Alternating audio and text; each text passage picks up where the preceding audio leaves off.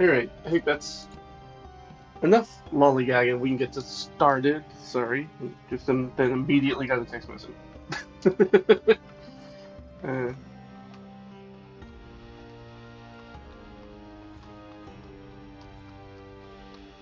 okay.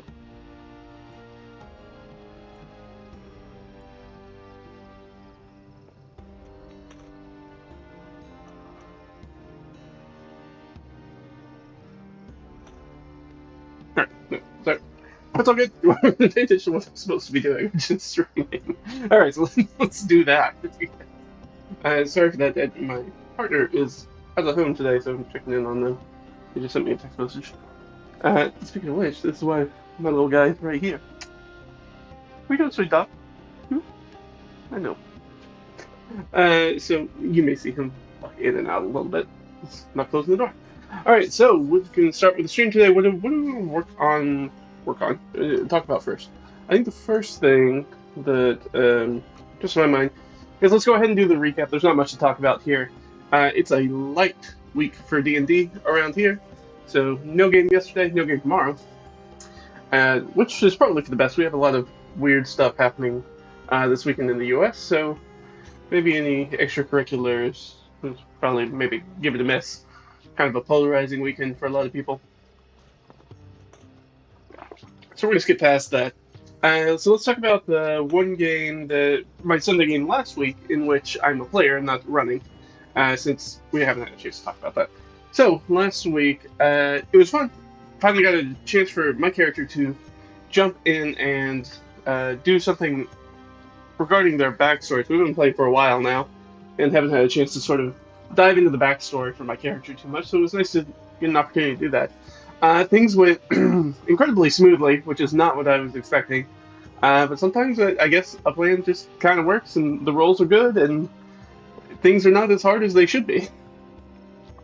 So to give you a little backstory about my character, one of the main things that's going on with my character, as far as sort of a personal goal in the campaign, outside of all the normal stuff that happens in the campaign, is that he's trying to reclaim these sort of like magical ruined pieces of armor that were his father wore as a gladiator, and then he was murdered, and these things were taken from him. And my character has one of those things, but he has been sent on a quest, and a quest of like clan duty. He's a dwarf. Quest of clan duty by his like late grandfather, who's a patriarch at clan and very ill. Kind of sent him out to do this. So, and this is the first time he's come across somebody else who has one of the things.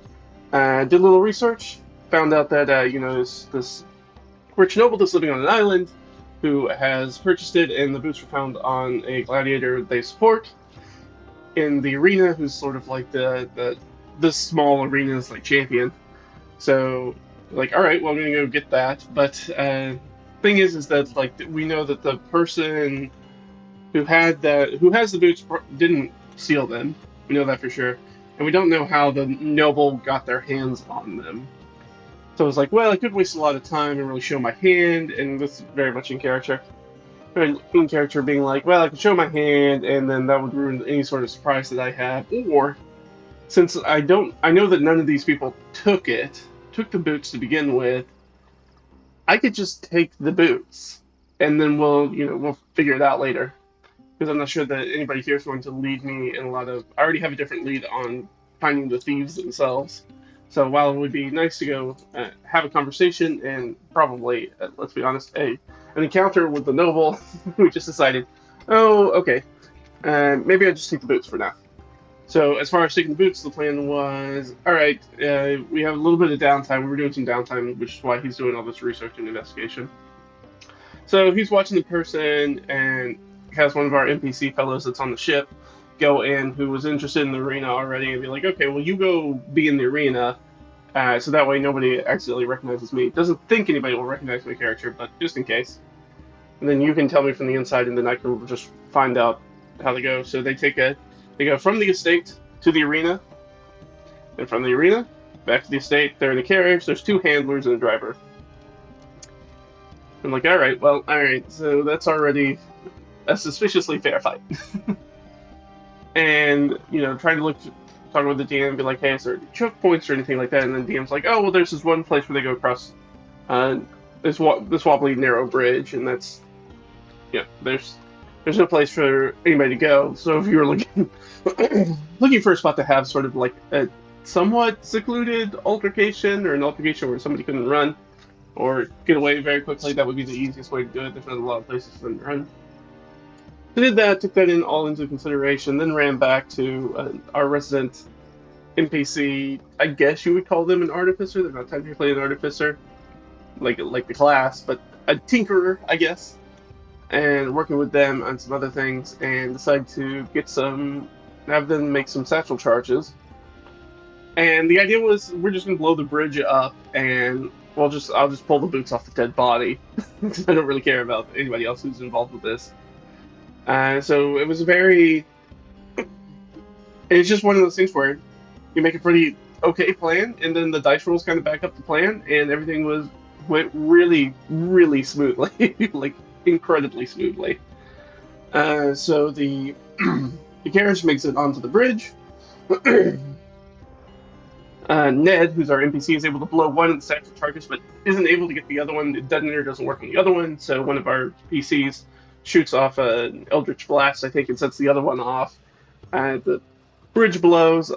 My character casted a silence spell on the bridge right before the explosion, so that way it wouldn't draw a whole bunch of attention.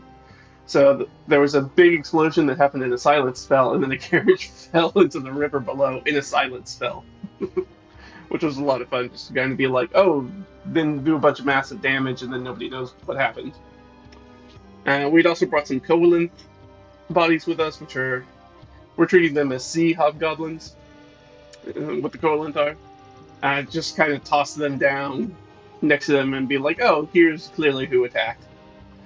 But yeah, drop the carriage down. In the process of trying to drop the carriage down, it didn't immediately fall, so it was like sliding off. So we had a round to kind of go around and just kill the driver, killed one of the handlers before the thing even got off the bridge. Fell into the bridge. I think Peary killed the other handler very quickly. Being a barbarian, that'll happen. And then that just left the guy who was in the carriage that had the boots. I think he got to act once. This is how quickly things went down. It was done before 2 rounds were done.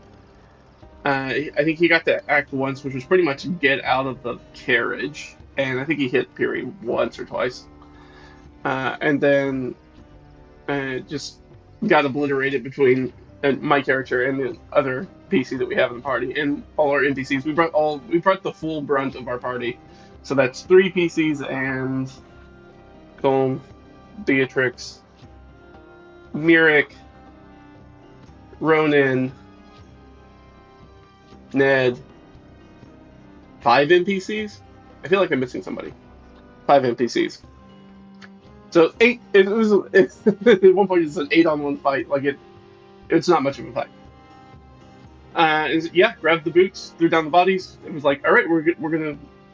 My ranger switches from doing silence to pass without a trace, and then we run away.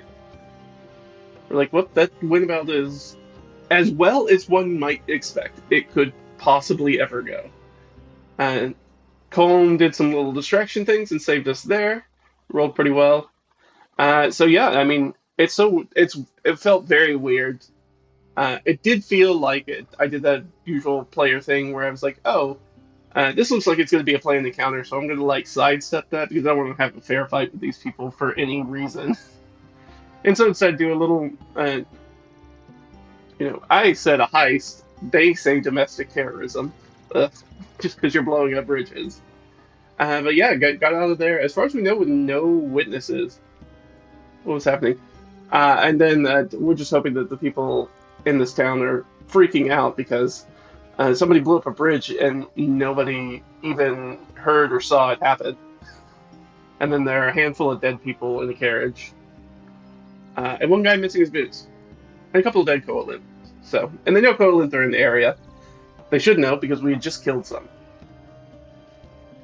For a different mission, and then while we were on that different mission, my PC was like, well, we could keep these corpses. We could take like 2 of these corpses back and just toss them in the water. just to give people like an answer, a quick answer for like who blew up the bridge, and be like, oh, the Goblins did. Why? Do you speak Goblin? No. All right. And I think they speak Aqua. No, they speak Goblin, right? Or at least for the purposes of our campaign, they speak Goblin because Pyr is a Goblin and she can speak to them.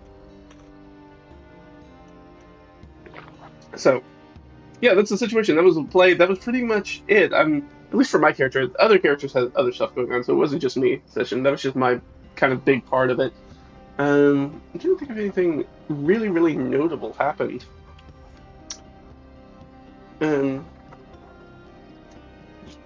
Grab my actual notes from the game. Let's take a look. Anything else big?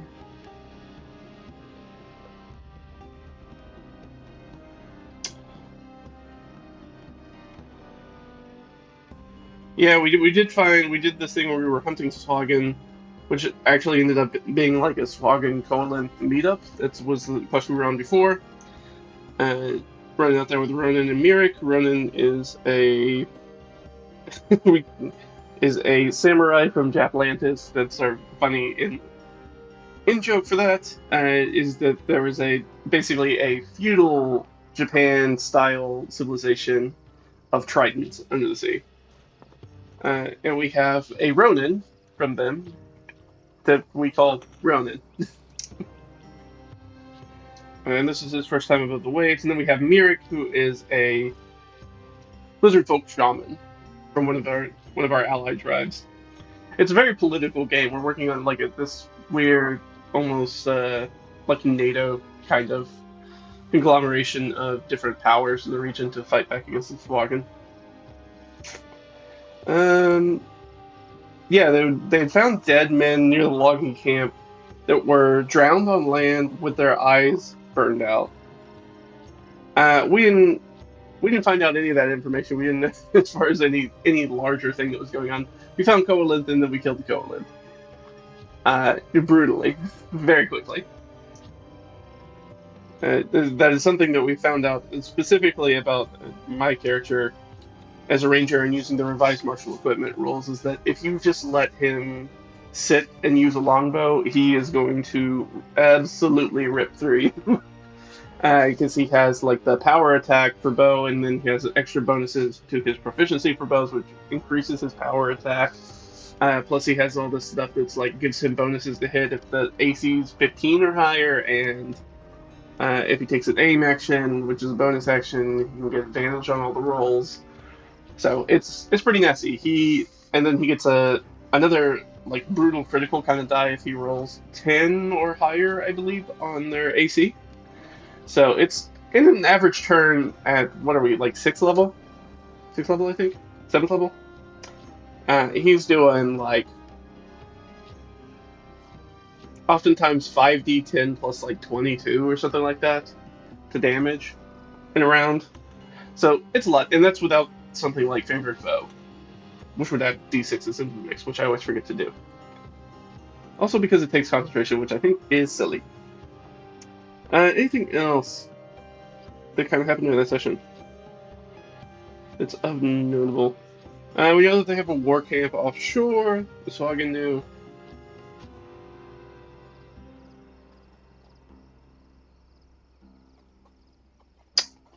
Yeah, no, that was pretty much all of it. And I do have to say that the other two, while I was busy doing research, did go on the quest by themselves against the big chicken, the great basilisk, not basilisk, cockatrice. Not a very difficult fight for them. I set that one out because my PC was busy doing different stuff during the downtime. These were like small little not even one shots, like one encounter, two encounter kind of things. So it's like, hey, can you find the big monster and kill the big monster? And so they took the NPCs and did that. They did not have any trouble taking down the cockatrice. I think the only person who had any trouble with that was Mirik, who just had a string of bad rolls as the NPC and just was not particularly helpful and almost got turned into stone. Otherwise, did just fine. So yeah, I mean that's everything from over the weekend as far as DnD play. So I've only played one session of DnD since the last time we've spoken. Which, you know, it's not nothing, but is less than usual, I should say. All right, so yeah, that's it for the recap. So not a ton kind of going on there, and that's not too surprising. I knew that it was kind of going to be it was going to be a lightweight. That's why I prepared a few other things for us to take a look at. The first of which is, in case you didn't know, there is a free RPG day coming up. I have a calendar reminder for me, but they keep changing. It's not always on the same day, so you have to be careful about that. But it's generally always in June. I think it's always in June. Anyways, let's take a look at it. Let me share my screen. I think that'll be helpful. Let's take a look at it. So yeah, we're coming up, which is next Saturday, right? Yeah. So yeah, June 21st coming up. Friendly local game store. This is freerpgday.com. You can go check it out, and it'll give you all this information. But I figured we'd run through it. I took a few notes about stuff that I saw in there and things that I'm interested in, and some of the things that maybe I'm not interested in. We'll talk a little bit about why. Just kind of give you a preview. So if you're interested in going to this, you can go to this website. You can find out where the closest retailer is that's participating, and then you can go check it out. Now, of course, everything in it, it's a spin-off of Free Comic Book Day, which if you're not familiar with that, is basically a day where you can go in and you can just get free stuff. No obligation to do stuff. I mean, if you're going to an FLGS, your friendly local game store, I do encourage you to spend a little bit of money there, since they're already providing you with all this free stuff, because it does cost them money. It does cost your retailer money to get these things in. So I do recommend going out and spending a few dollars. I usually, every time I go, try to buy something. It's not like always a big $60 books, but sometimes it'll be like, especially the one that's probably closest to me has a real nice section that has like little lightweight D&D, not D&D, TTRPG games. And I was gonna grab, but they're more like this size. This is actually a free thing from Free RPG Day, and there'll be another one that's coming out. It's from last year though. I think. Yeah, the one from the year before. So this is, yeah. Yeah, so I have the ones for the past 2 years right next to me. And they're cool. These things are really cool. They have a thing where they have a bunch of different, like, 1 to 2 page games that are in here, and they're usually set with a theme. We'll talk about the one for this year, which I'm really excited for. The theme looks really cool. Some of the other ones, the other themes are pretty, let's say abstract. I think one of these is about like relationships or something, right?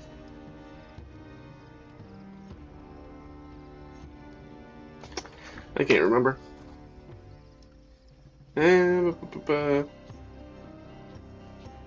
Endings and epilogues is that one. And this one.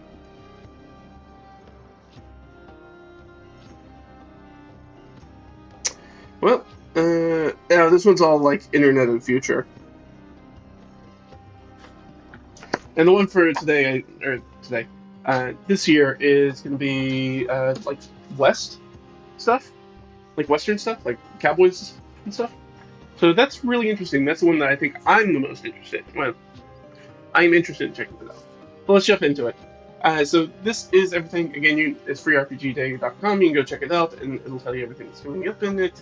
But then we can go down to this section where it says our publishing partners, and then give you a little sneak peek so you know what's going to be there before you go there. So we've got quite a few people who are actually in it this year. I think we have more people in it this year more than we did last year. Now, you'll notice a pretty big omission in the TTRPG brands here. It kind of starts with a W. Does some work with WizKids, but it's not WizKids. It should be, right here. This is like a Wizards of the Coast sized hole that should be here. But Wizards of the Coast does not actually participate in this event. I think they have before, but they haven't in some years, I don't believe. But you do have Paizo's in here. Yeah, Paizo's in here. So we'll talk a little bit about the Paizo stuff. So let's jump in. So the first thing up here, we're just going to go in order. That's the easiest way to do this, is Obojima. Obojima had some stuff last year. I did not have a chance to pick it up. Obojima, in general, is kind of like, if you want to play a 5e 2024 D&D game that is heavily, let's say heavily inspired. by Studio Ghibli, classic Legend of Zelda 2D, and I think the art style kind of sets it off pretty well. Unfortunately, they're not going to give me a larger picture than that. That's okay. But yeah, that's the idea. What I do like about this specific offering, and why I'm actually excited about this offering, and I'm going to actually put it in my pants. I dropped it. That's what I did. I'm going to put a check mark next to it. Leave a little star here, because this is definitely one of the ones that I'm interested in, because it's just a standard quick start adventure. It's nothing particularly interesting. What I like about it is that it's one of the few times that you get an outdoors adventure. It's not like a dungeon crawl or a city or a very confined space one. This one is a mountain scaling adventure, so I'm very interested to see what like running up this mountain and the different challenges that are in it is going to be really interested in. For third level characters, 2 to 4 of them, help down the. Will your intrepid party be able to help a down on their luck family while avoiding natural disasters, ravenous harpies, and the wrath of one of the greatest beasts of the island? So I'm a real sucker for an outdoor exploration adventure, and exploration. There's an exploration-sized hole in my heart for D&D and other TTRPGs because it is my favorite sort of pillar. Is doing the investigation, exploration, discovery aspect. So anytime that I can get my hands on something like this, it's going to be like an outdoor adventure. I'm always, you know, ravenous for new ideas for making exploration even more fun. So this one is definitely on my list of things that I'm going to try to pick up on Free RPG Day. The art's cool. I do like the art. I like the Obojima sort of vibe. I'm not sure that it's the right game for me.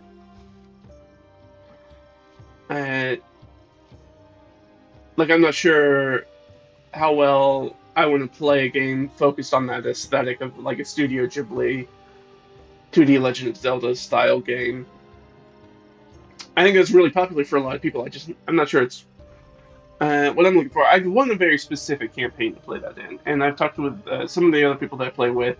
Be like, hey, if we want to ever do like a very sort of cozy Stardew Valley kind of game where it's like, oh, well, you guys run a bastion or something like that, and you deal with that, and then you deal with small problems and really kind of hyper focus on sort of that local area and the NPCs that live there, and whether you are going to be lording over them or just be a helpful part of the community. It's like I'm definitely down to either play or run that game, but it is a very specific style of game. It's going to be a very cozy game. It's not going to have a lot of excitement or adventure in it. Just like I would be totally happy playing like a trader's game where you do nothing but kind of run back and forth between different places trading goods. And it reminds me of the old sort of adventure, especially pirate style games or merchant trading kind of games where you're like, oh, you have a ship and you go from one port to another, exchanging goods that were cheap to buy here to more expensive there, and pick up goods from there that are cheap to sell them somewhere else. And then, of course, you have pirate fights and all that sort of stuff in the middle. I always like those games, so I would love a tabletop RPG that kind of did that, a campaign that focused on that. But that's a very specific niche. I feel like that's not what most people want out of a game like D&D. Like it's not a fantasy most people are trying to emulate. Ninth level games. So these are the people who put out the level 1 anthology. Yeah. So they've got 2 things they're actually doing this year. So they've got the Thunder Road Vendetta RPG. I don't. You want to play a Mad Max post-apocalyptic race? This is your game. You can either play this or probably Apocalypse World.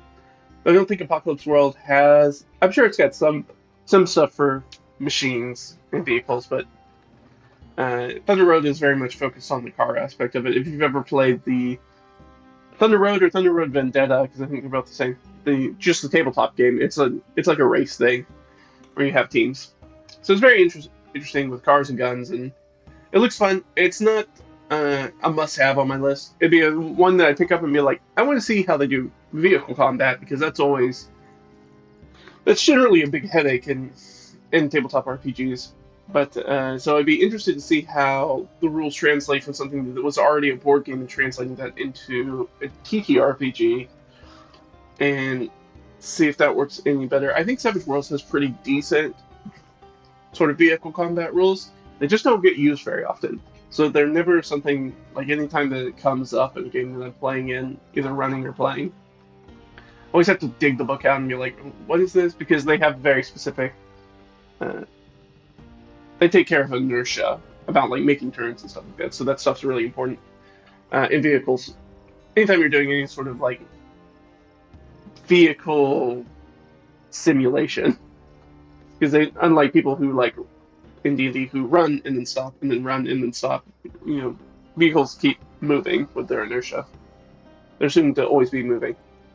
So yeah, Thunderwood looks interesting. The Zero Prep Adventure, I'm going to be interested to see how they pull that off. I'm always interested to see how a Zero Prep Adventure is written. I think those are very, very interesting writing exercise as far as adventure making. How do you really get down to brass tacks and make it as simple as possible that somebody could pick it up in that moment and immediately start writing it without having to at least read it through first? And how complicated can you make that adventure? Which is honestly not very. And level 1, their free anthology one, this is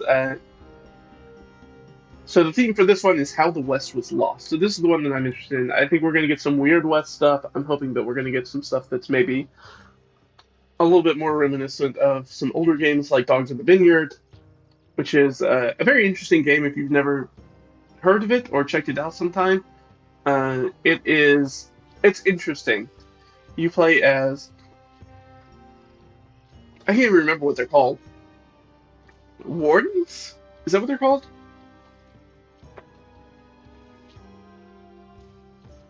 Anyways, take the idea of something like a Texas Ranger, and then move it over to being a Latter-day Saints, because all of Dogs of the Vineyard is set in Utah, in sort of like the New Zion area of Utah. So it's a bunch of Mormons, and you are a Mormon like warden, regulator. You're a person who upholds law, the Zionist law throughout the land. It's an interesting game. Check it out. It's got a lot of. I think it's got very interesting themes, and it's very much sort of like enmeshed with the setting. So it's not like you can take Dogs in the Vineyard and then go like play it in some sort of fantasy Wild West. Is not going to work very well for that because it's very much built upon the setting. But it does do a lot of interesting stuff, and I do like some of the stuff it does, especially like the escalation, de-escalation of violence stuff that they do in it is very interesting. So I'm hoping to see stuff kind of like that in this anthology series. I think the anthology series, excuse me, I think the anthology series has done really well. I really enjoy the level 1 stuff. I don't get to play them that often because each of these has like how many RPGs in it? And some of them are really short, right? They're usually like a page or two, so they're not particularly deep. But if you're looking for something, especially if you're looking for something that you want to get, you have some friends who maybe only play D&D, and you're like, hey, I picked up this one thing. Can we do like just a one shot, just like a one session thing? Something like this would be really good, and it gives you a whole bunch of different things you can try to play really quickly. Like this one, Atop the Burning Heat.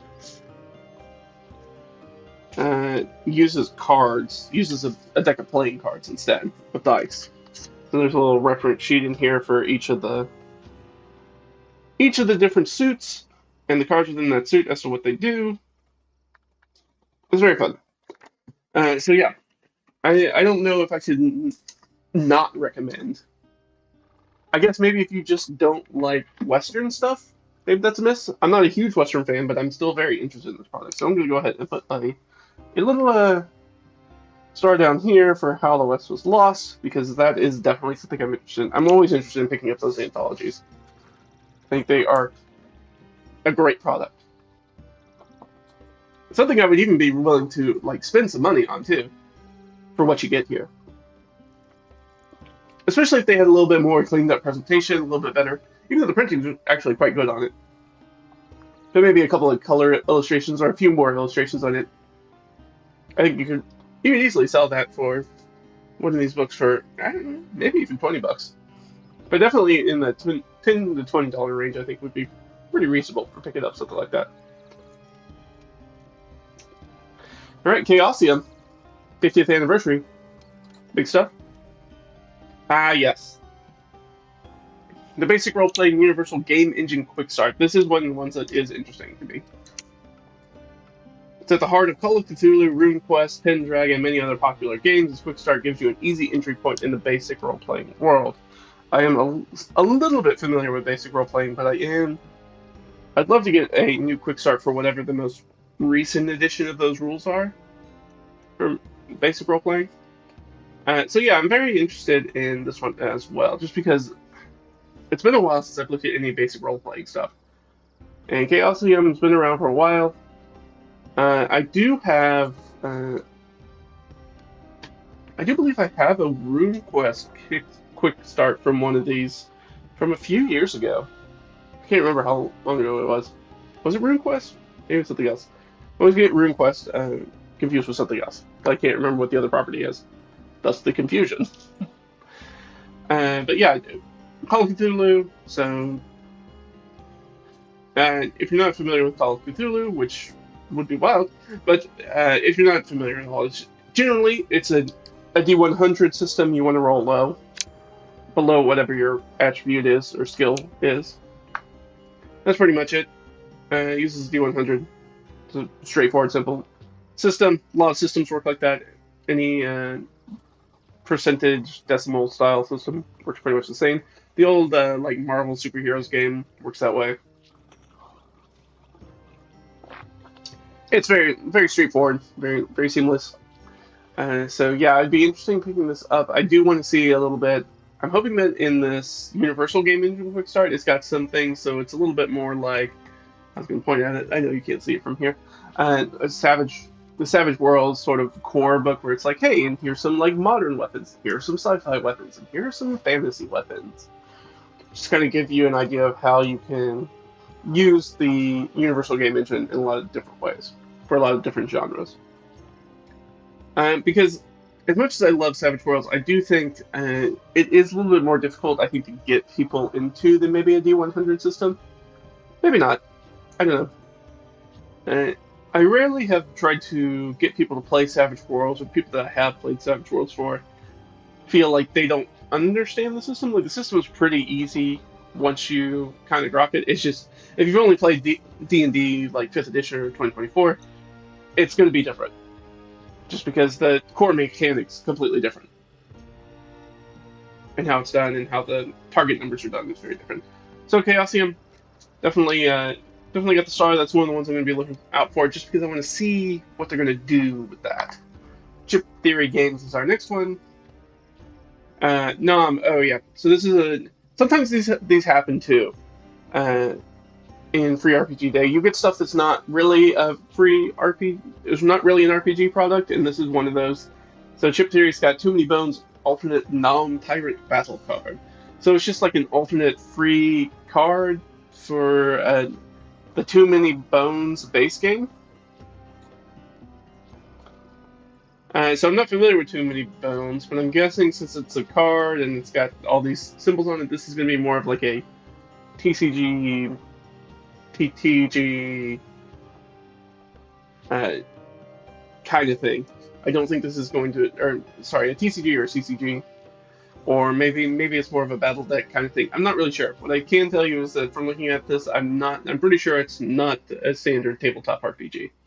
Though we could look it up. I mean, here's the nice thing is that these all have links to everything.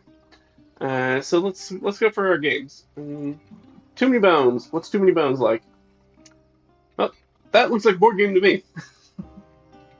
So yeah, you get some of those things sometimes. It's a dice builder RPG. Ooh, I get one free card for my $150 game. That's a big spend for something you don't know if you're gonna like or not. And you say RPG, but this looks very much just like a pretty standard. I guess it would be like trying to call something like Gloomhaven an RPG. Like, like sort of. It's sort of like a pseudo one. So interesting. The design on stuff is great. I really love like the colors. I like the design of all this stuff. I can understand why it's so expensive, especially with those. Look how many of those poker chips you get. And those look like the ones that are in Splinter. Those are like the heavy ones that feel like they feel real nice in your hand. Yeah. So this is a one for me that's like, oh well, that's kind of a miss because that's not going to be something I'm particularly interested in, and it looks like a big box game. And I'll be honest, my board game area is bursting at the seams, and I just gave away stuff not that long ago, more games to friends and family and stuff, and it's still very much full. So that's not going to be for me. But hey, if you have the Too Many Bones game, you can get a free card. So there's that. All right, Wires in the Woods, the quick start. All right, this is from Critical Kit, which is not a publisher brand that I'm familiar with. Wires in the Woods is a solo duet role-playing game about exploration and discovering where you will come to see familiar objects or unfamiliar eyes. You'll take on the role of a curious creature on an abandoned world, uncovering things left behind and upcycling them to overcome challenges. This seems like the sort of stuff that's absolutely right in my wheelhouse. This is absolutely the sort of stuff that I'm like, oh yeah, no, I'd very much like to play that. Especially as it being a solo or duet game, which means that it's much easier for me to find. Because I think it's hard, or at least it's been hard for me to find people who are interested in a very exploration-heavy game. It's a very vibe. It's a very specific vibe, and not a lot of people are into it. I understand that. So anytime that I do, it's a good thing to look for me in something that's like a solo game. But that's just the idea or the setting. As far as the mechanics, I don't know. I'll be interested. A solo / two-player TTRPG about curious little trash foragers. So that sounds fun. So I'm going to put a check mark next to that. It's like, hey, usually when you go to one of these free RPG events, they kind of ask that you limit how many things you pick up, so that way it's very easy for somebody to walk into the front door and pick up like one or two of everything, and then before you know it, everything's gone. So a lot of vendors, a lot of retailers try to limit you to only have a few items, or sometimes with some retailers I've seen them being like, oh, well, you can only have these many items for free, but hey, if you buy something or if you spend this much money in the store, we'll give you the option to pick up like one or two more things. So it's a little different tack. It's been alright. I've enjoyed both those things. I've enjoyed coming in and people being like, hey, take whatever you want, and picking up a bunch of stuff. I try not to pick up duplicates unless I know for certain that I know somebody who is absolutely going to love something, and then I'll pick it up for them. I ended up with like 2 copies of Red Tundra last year, and I gave it to one of my friends. I thought they'd be interested in it.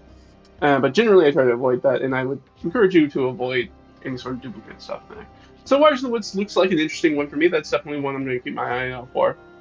Especially to see what their core mechanic is for like the solo or duet games. So I'm very interested in that. Dispel. The free RPG die. So pretty much every year you're going to get somebody makes a die.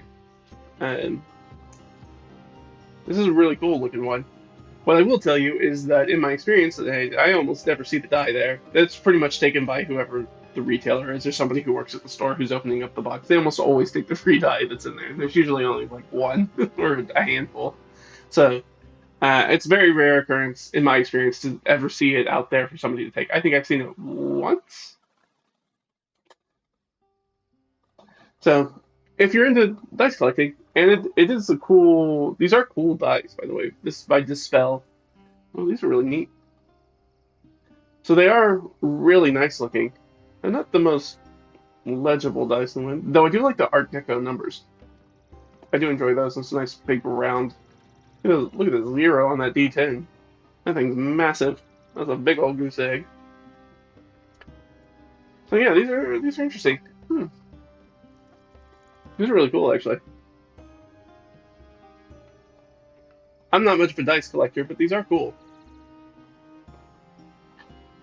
And I do like the numbering system. They're very clear, very easy to read. These dark fairy tale dice are nice. Okay, note to self, maybe look at them for future dice purchasing. Even though, again, I don't buy very many things. I have a lot of dice. I just don't buy very many dice. So, if you're interested in uh, special D20 from the event, pick that up, I guess, if you can find it. The likelihood is you won't ever find it. But you could. Let's see. Don't Panic Games is next. Oh, the Nobi Nobi Quick Start Booster. Yeah, fluid tabletop role-playing game in a 24 card deck. So this was really interesting. So it's kind of an RPG that's like a deck builder, kind of like the Too Many Bones, but it seems like it's a straightforward deck builder rather than having kind of a board game trying to seem like it's pretending to be an RPG. And we can read more from the publishers. Let's look at this. I don't think I look very different. I don't think this is for me. I'm not very good at deck builders in general, mainly because I don't play them very often. But I'm also just not very good at them. It takes me a long time for me to like start to understand them. It takes me a lot of experience, I think, for that. Maybe that's because I don't sit down and try to like look at a guide or anything like that. I just try to rock it by playing it. This is all in French. I don't speak French. And that took me to a different page. Alright. Well. Oh, there's a printed play version? Oh, that's nice. So yeah, I mean, it's like a deck battler thing. Okay. And not really my cup of tea, I'll be honest. And so this is the Quick Start Booster. So is it a Quick Start or is it a booster pack?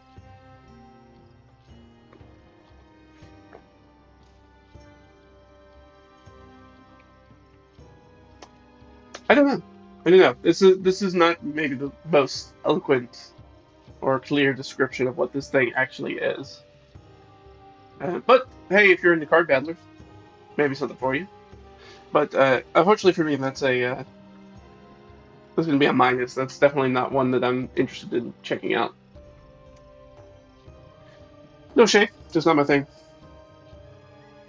Oh yeah, there's the Arkham Horror RPG one. I remember looking at this. 32-page booklet includes the adventure, a set of quick reference rules, and 6 pre-generated characters. So speaking of Call of Cthulhu, if you want, we've got Call of Cthulhu at home. You've got Arkham Horror, which is it sounds pejorative to Arkham Horror, which I don't think it is. I've never played Arkham Horror, especially not the TTRPG. I played the actual Arkham Horror game a couple of times, and probably more than that. Um, but yeah, I mean, if you're interested in the plot of the adventure, in the misty town of Kingsport, teacher Cecil Blackburn uncovers an amulet created by a fallen ancient one, Asterius.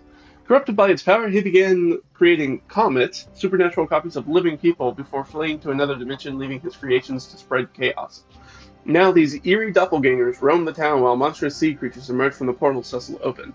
The investigators must track down the amulet and put an end to the growing horror before it engulfs the world. Very, very, very, very Call of Cthulhu-esque. I feel like all Call of Cthulhu adventures are written like that. Or that style, that sort of gothic, more pulp, cosmic horror thing that I think I just call Cthulhu just because it's the easiest thing to put a short name on and everybody knows what you're talking about.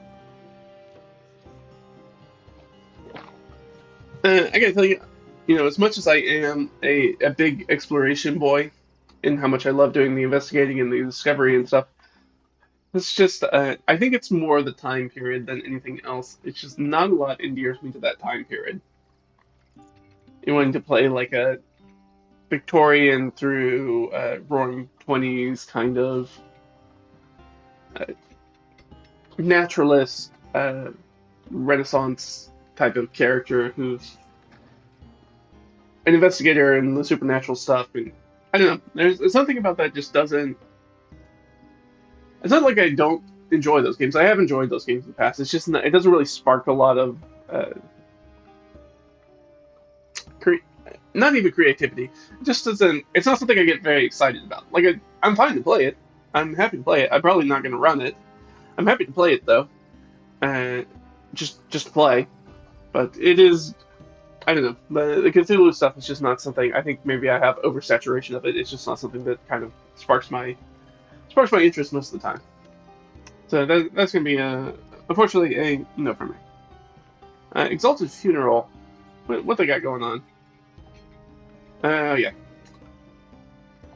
Lord of the Rings meets the Muppets. A Land of Eam is a rules-like game about creativity, exploration, and storytelling for all ages. Nobody expects the double feature. Monty Python's co-curricular medieval reenactment program on the flip side. Role-playing game? No, it isn't. It is. Both sides include a quick start rules, adventures, and pre-gens. This one I think I'm a little bit interested in. I want to know a little bit more about Land of Eam. I do love the explanation of Land of Eam as Lord of the Rings meets the Muppets, as if the Dark Crystal doesn't exist, and that is pretty much exactly what the Dark Crystal is, which is the Lord of the Rings meets the Muppets. So I love that we just kind of flew past that one. But yeah, but because I am of a certain age and a certain time period coming up, that Dark Crystal is a very big, let's say, cornerstone in my fantasy library. Very influential. So Land of Eam is interesting to me for that reason. I am interested a little bit more to find out a little bit more. This was Exalted Funeral. Let's look at Exalted Funeral stuff real quick. Land of Eam! See, I think this is what I looked at and I was like, it says beginner's RPG. So this makes me think it is a product primarily targeted towards children, which would make sense with the stuff that they kind of showcase and the art style that they use. Like that would make sense to me. So I would be interested to check it out. I'm not as very interested in the Monty Python stuff, just because I feel like that stuff has a very short shelf life. I wish there was something from Mouse Ritter that they were putting out that I'd really like to see more of, because I feel like it's really hard to find a lot of good like free stuff from Mouse Ritter, especially to sort of check it out. And I'd like to check out more Mouse Ritter. Let's see what else they got in here. The Old School Essentials Retro Adventure game, which is not the RPG. EVG in Black City. Oh yeah, okay. Yeah. So Exalted Funeral has quite a few things going on. I'm not familiar with Raven. I'm only secondhand familiar with UVG. But yeah, I am interested. Like, I kind of want to see a little bit more of Land of Eam. It's a little cutesy, so I think it falls into the Obojima stuff for me, where it's maybe a little cutesy for me, because I'm just an old curmudgeon, but maybe I'd be interested in it. I don't know. What do you guys think? Something you're interested in? I'm interested to see, at least learn a little bit more. You got a nice big map. That's very cool. I like this. Big box thing. All this sort of like putting out big box sets. 150 bucks. Something I don't even know. I do like the meeples though. Those are fun. Ooh, dice with little dice in them. Is that what that is? No, that's something else in there. Not dice and dice. So yeah, Land of Eam looks interesting. I'm gonna put that as kind of a maybe for me. We'll put a little check mark next to it. It's like, hey, if it's there, I can pick it up. That'd be great. If not, that's fine. They also have these graphic novels that I had seen, which were like Rickety Stitch, which looks very sort of like what's it, Underpants Kid. Very inspired kind of feeling, as well as sort of a Billy and Mandy kind of vibe with the art style. Maybe that's just because it's a skeleton though. But interesting, they have these little like comic book graphic novels to go with it too. So yeah, a little bit interested to learn a little bit more about Land of Eam, not so much Monty Python. A little Monty Python out. I already have a Monty Python game that I never play, so not sure that I need another one. Phone Brain Games. So this was a cute idea. I saw this and I was like, oh, this is fun. I have no desire to pick this up. But it is the thing that I picked and went like, oh, that's cool. I like that. The emergency D20 scratch off card for free RPG day. An exclusive variant of one of our most innovative products, the Emergency D20. Never be without a 20-sided die again. Throw the scratch-off card in your wallet, purse, car, or gaming bag, and always have that one last die you need in an emergency. Yeah, I mean it's a scratch-off card, like a lottery ticket, but it's just a D20. I was like, this is a very niche, gimmicky product, and I like it. I have no desire to pick it up, but I really like it. I like that it exists. And it would definitely be something that you like give somebody as sort of like a jokey kind of gift. Like that. Or you do something like really weird, like you save this, like if you were playing D&D, you might save this to be ooh, that would be really fun. Be like, okay, so somebody goes down for like death saves, and then every time that their death save comes up, you hand them a card. They don't get to scratch it off yet until they have at least 3 cards, or somebody has tried to come over and stabilize them, and we find out whether they are dead or not. Then you scratch them off. That'd be fun. Just kind of like give a little extra drama and tension in there. That'd be fun. Free League. Now I did really. It's out here in front because I was just looking at it when I was looking at this stuff before. I do have the Dragonbane adventure from last year. By the way, this thing it's a honky boy. It's a pretty big one.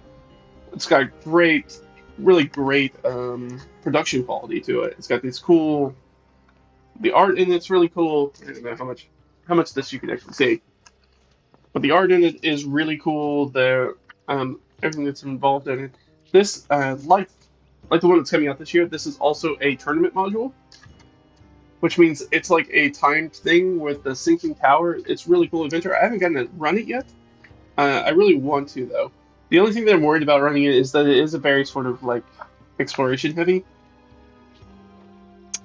one. There's a lot of like puzzles and kind of stuff in it.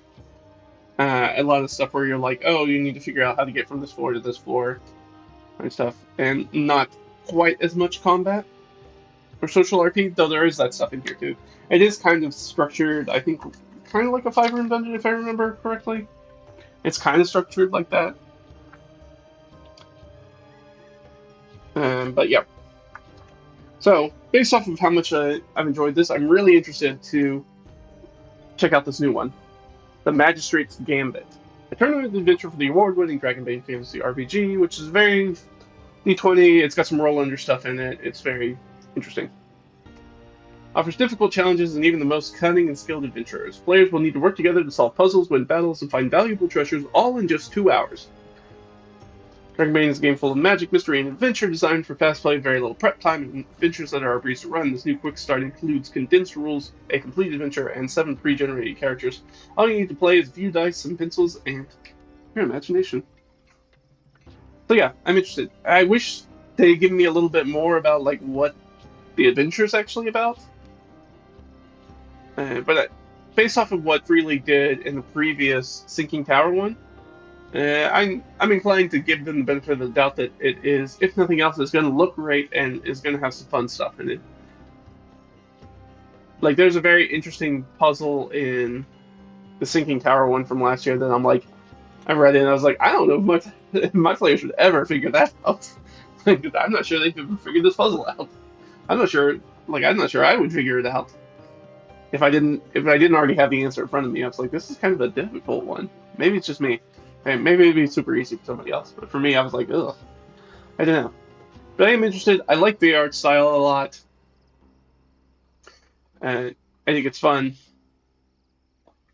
and adventure-y, very exciting, and yet also in its own way kind of pulpy. That's in there. So yeah, I'm interested to have more. Even if the module came out and was awful, I'd still get something with some cool art in it and maybe one cool puzzle in it. So that's definitely going in the nice big star. Like, that's definitely one I want to pick up if I have the opportunity to. That one's definitely for me. Especially like again, this adventure, this one from last year, the Sinking Tower, is a really neat adventure. And I don't know who did the writing on this. I'm sure it tells me on the inside. Lead designer Tomas Harmsson. So very interested. I should probably check to see if what other stuff they maybe done. Maybe they did this one just to kind of see, because one of the things that's really fascinating, because this is, like I said, it's kind of like a 5-room dungeon, kind of. The idea is that the tower's sinking, so it's actually like a double adventure. So you get up to the top, and then you have to rush back down the tower because it starts, sinking. So, and there's like timed elements to it. It's got a bunch of stuff that's going on, but not in a way that's, I think, is very overwhelming for a dungeon master or game master. I think that part's very simple. It's just there is a lot of stuff in it. A lot of stuff's packed into a very small adventure. So, very interested in picking up that one. What does Free RPG Day have? What are they giving us? I thought the Dragon. Oh, that's right. They have this like AR thing. Like maybe it's AR. And anyways, it's a QR code scan thing. You read your tale and face with a choice. It's kind of a choose your own adventure kind of thing. Each scan takes you deeper into the adventure. Are you ready to play? Look for instructions in the store to begin your quest. And I'll be honest, I'm not going to do it in the store. I'm not going to pull out my phone and do that. So I can't tell you whether that's going to be good or not. And then they're going to do stickers, I guess. Sure. But yeah, this one's just not something that's for me. So maybe it has something interesting. It'd be nice to know if like there was going to be something at the end. Is at the end the only thing you get is the free RPG Day sticker, or is there a prize, or is it just the fun of just kind of doing this game, which is gonna be totally fine. That might be what they're going for, is just a fun game. But I'm at the game store. I don't want to stick my head into my phone while I'm there. That's not what I go to my friendly local game store to do. It's not to bury my head in my phone, but actually, maybe interact with some people and talk to people about stuff. So that one's not for me. And Free RPG Day stickers, I don't think the Free RPG Day logo is particularly wowing or very cool. And usually it's got a year attached to it, so probably not something. I'm not a big sticker guy, anyways. Ghostfire Gaming got some stuff. Oh yeah, they've got like 3 things coming out. That's right. They've got a bunch of stuff coming out. So they've got something for Grim Hollow. So they're basically doing a quick start and adventure for 3 of their big RPGs: Grim Hollow campaign setting, Aurora, and the Ethereal Expanse. So I believe Grim Hollow is obviously a 5e thing. I think Aurora is 2.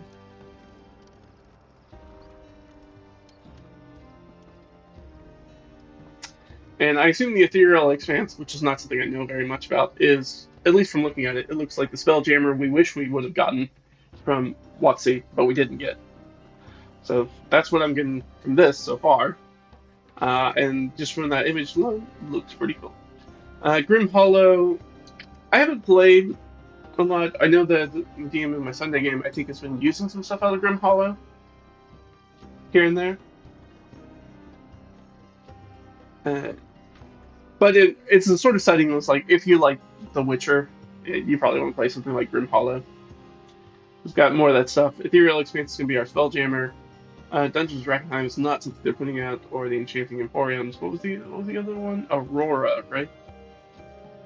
Let's go with Aurora. There we go. The Age of Desolation. 5th edition post-apocalyptic fantasy setting. Okay. So, do you want to play D&D in the rubble of humanity? If so, this is probably the game for you. I actually don't like that much sci-fi in my fantasy, so this is kind of a miss for me. I think on most stuff. They're doing a lot of stuff, and a lot of it looks cool. I just don't think any of it's stuff that I'm particularly interested in. Competing includes Great Water Race, so the Aurora adventure is going to be like a Mad Max style adventure for water, rush for water race. The Early Expanse, reclaim a stolen tome containing catastrophic secrets after a perilous astral voyage. So yeah, it's Spelljammer, adventure. And then In the Beast Wakes is a Grim Hollow adventure. A string of brutal killings lead investigators deep into the corrupted village, twisted by demon worship and great beasts, baleful influence. Moral compromises, cult secrets, and horrifying mutations challenge the adventures in the war-torn Burek Empire. So this is the sort of thing that I'm like, if I came across it and it was just hanging out, sure.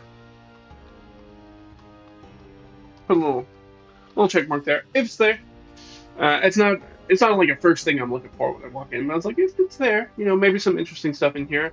I'll be interesting. I kind of want to see the ethereal expanse because I know the Spelljammer ship rules are not great. To see if maybe the quick start stuff that they have in there. Hopefully it's not just an adventure. Hopefully there are some quick start rules in there to give me an idea of like how. And this is an adventure that the Whispers of Chaos may not have any ship stuff in it. So that is something to consider. But if it has ship stuff in it, I might be interested to see like what the ship rules look like. If that's something that maybe I want to use for something going down the line. Goodman Games, Castle of Whiterun. The Dying Light of Castle of Whiterun. Goodman Games invites you to the halls of Castle of Whiterun, a place of death and danger. A home to evil and a symbol of good's triumph over the wretched. And now lies in ruins, a place that only those with no fear or no hope dare to tread. Mysterious beacon emanates from an ancient ruined watchtower of Castle Whiterock. After all these centuries, who or what keeps the beacon lit, and what dark secrets are held in those hallowed chambers? It feels very much like a temple of elemental evil kind of situation. Suitable for low-level characters, first or second, it can be completed in 1 or 2 sessions. As presented, this adventure takes place near the ruins of Castle Whiterock, but can be set along any suitable mountain range. The adventure presented is in both DCC, RPG, and 5e rules. Oh, that's nice. This adventure for Free RPG Day serves as an introduction to the greater campaign that is Castle Whiterock. A full adventure series coming back to life later this year, realized and developed for both 5e and DCC.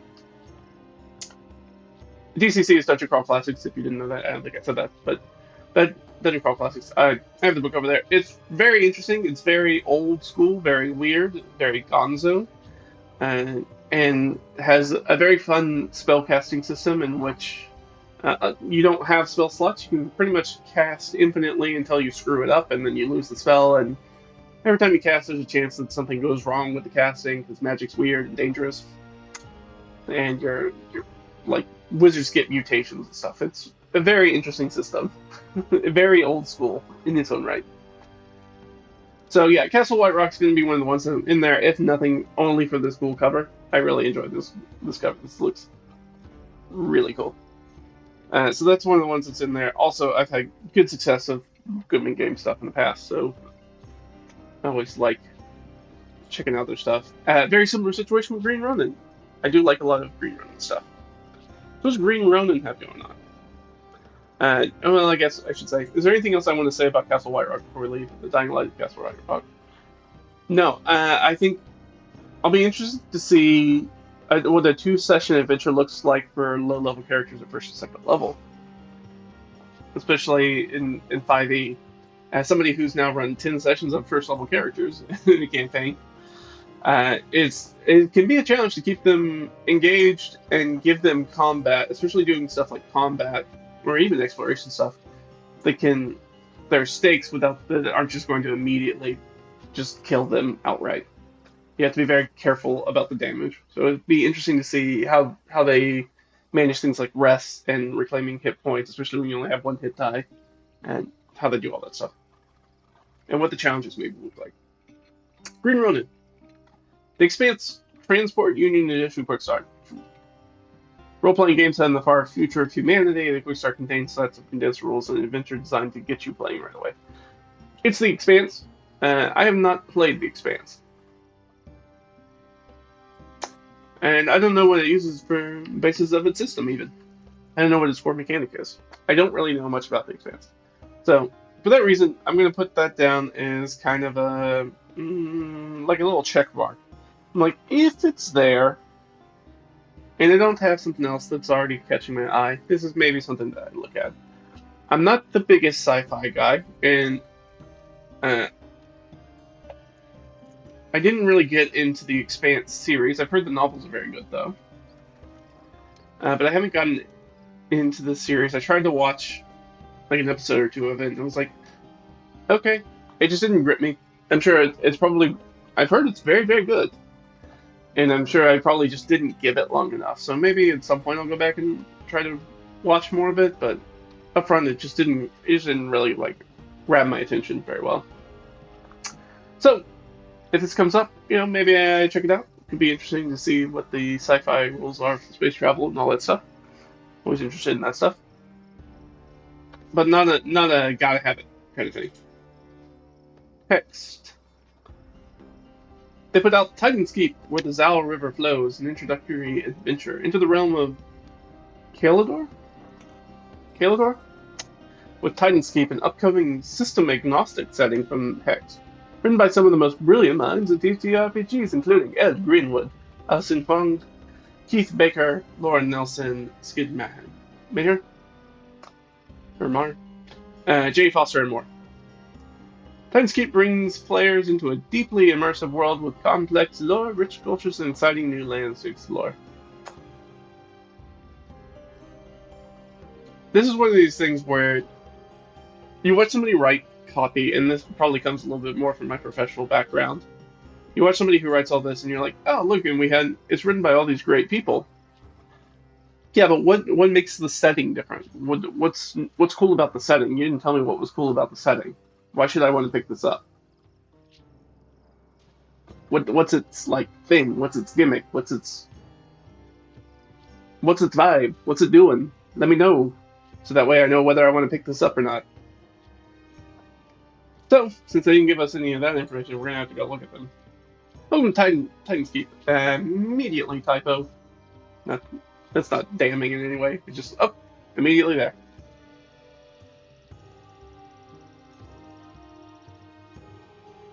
Alright, new ancestries.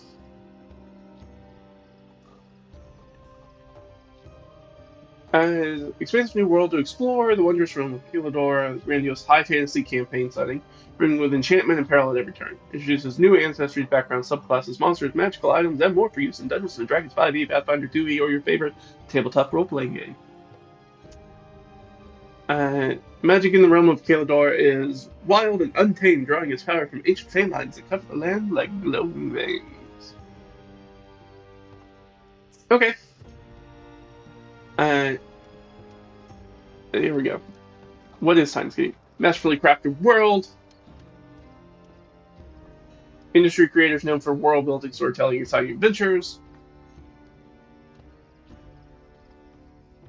Every detail from intricately drawn maps to monstrous creatures, carefully developed to create immersive experience for players. Delve into the rich history and deep lore of Kalador. It has a little something for everything. Sounds like an IGN 7 out of 10. Or, sorry, that's a IGN 9 out of 10, right? Is that what they put? There's a little something for everything, for everyone. Again, doesn't really tell me anything specific about the setting, other than it's high magic, I guess. Or high fantasy. So it's very hard when somebody's like, well, we have a fully realized world, but that world itself, even from looking at these art images, are like, well, it doesn't look that much different from any other setting. It's like, oh, is there a lizard folk kind of person in what looks like a swamp marsh setting, tropical setting? Yeah, that's pretty bog standard. Oh, there's a bird-headed guy in the sandy pyramid, ancient Egypt kind of inspired place. Not okay. That's pretty straightforward. Here's a random guy next to a nice big unrealistic castle. Okay, so that's the thing. Unfortunately, when I look at this and I'm like, all these things seem like very bog standard to me. So there's nothing about Titan's Keep that it's going to make me want to run out and get it. You haven't sold me on it. You haven't really tried to sell me on it too much. So does that mean I'm not going to pick it up? No, not necessarily. Uh, I wish I knew anything about the introductory adventure, which would be helpful. And I am interested to see, I think, right, Keith Baker worked on this. Doesn't Keith Baker have a YouTube series about making adventures now? Or am I thinking of somebody else? Maybe I'm thinking about somebody else. Anyways, not important. Yeah. So Timespeak is going to very much get a little check mark here. If I see it, nobody's picking it up. I'm interested to see what at least pick it up to see what the adventure is. Maybe the adventure's got something cool in it. I don't know. I won't know that until I, walk up and pick it up and take a look at it. So I won't know that. So this is gonna be very. So it's something I might pick up. It's probably on the higher list of the checkmark items where I'm like, maybe, because I at least want to see if the adventure's got anything interesting going on in it. Because so far you've given me nothing to go off of as far as the setting, whether anything's interesting about the setting other than it's just very developed. Which, I mean, if you're using Ed Greenwood, that's not surprising to me in the slightest. The guy from the Forgotten Realms, well, yeah, of course. The Forgotten Realms, my sort of personal joke, I guess, about the Forgotten Realms is like, after, what is it, like 4 decades now? 3 decades. There's not really, I guess it's closer to 2.5. And at this point, there's really no rock anywhere within Faerun that I think you could reasonably call forgotten. None of these realms are forgotten. In fact, they have way too much history, which makes it a setting very, very, I think, antagonistic, very intimidating to get into, especially as a new dungeon master or game master. When you look at something like Faerun and you're like, oh man, there's like 20 to 30 years of just like world building here, like history, stuff to know about the world, just to make sure that you are kind of like operating within the logic of the world, which I think is really intimidating to people who didn't sort of like grow up, especially during the third edition of D&D and didn't read all the Driss novels and stuff. And as somebody who neither of those things is true for me, I didn't read the D&D, the Driss novels, I didn't the Salvatore novels, I didn't read any D&D novels. I didn't really play any third edition for the most part. And I've done Adventuring in Faerun in fourth and fifth edition, but it always feels like I don't really know what's kind of going on. So it's very intimidating to get into here, and it seems like Hex is kind of doing that again, hopefully to maybe with Faerun and Forgotten Realms kind of being the one big D&D setting for the last almost 30 years. It's not surprising that somebody is looking at that and being like, maybe we can make a new setting that people could get into, and they could get in on the ground floor, and it would still be this nice, huge, amazing setting that people could be all into. So maybe that's their thought with it. I'm not sure. Regardless, not so interested. Nothing has sold me on the setting, but I am interested to see what maybe the adventure is. See if there's something fun in there. Hit Point Press. Up next. Shift. Oh, yeah. So build and play in any world you want. You imagine with a shift system, a new fast and flexible role-playing game system from Hit Point Press. I feel like I've seen the shift system before, though. Maybe I'm thinking stuff. I wanted to think that it was very close to like the mazes system that I have, with a different sided dice. I thought the shift system already existed. Maybe I'm confusing it with something else. But yes, this one is definitely one of the ones I'm interested in. It includes a full set of basic rules and pre-made sci-fi world Spark, which I assume is like the questionnaires you get in the back of something like Dungeon World style games where they're like, what are the truths of the setting, and you answer those truths. Let's read more from the publisher. Let's see what they have to say. Going Shift lets GMs and players collaboratively build, create, and play in any world, so it's going to be more of a rule or a lighter rules kind of game, cooperative storytelling kind of game. Let's look at the basics of the game real quick.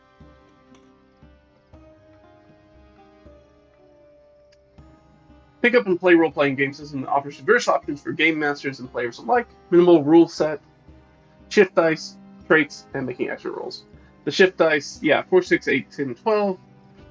Every trait has a different die assigned to it, ranging from D4 to D12. is a particular trait.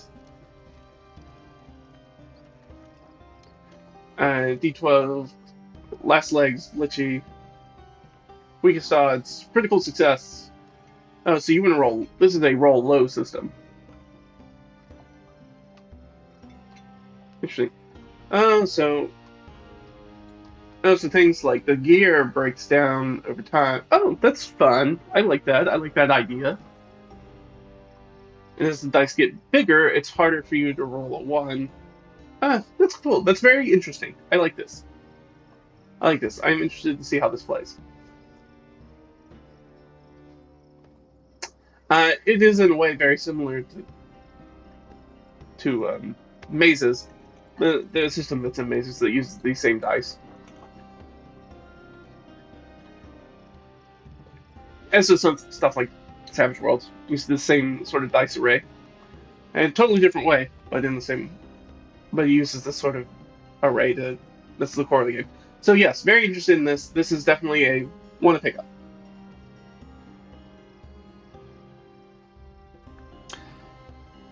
So that for me, the shift is going to be one of those things that when I walk in the door, this is one of the first things I'm going to be looking for. I'm going to be like, where is shift at? I'm going to pick this up.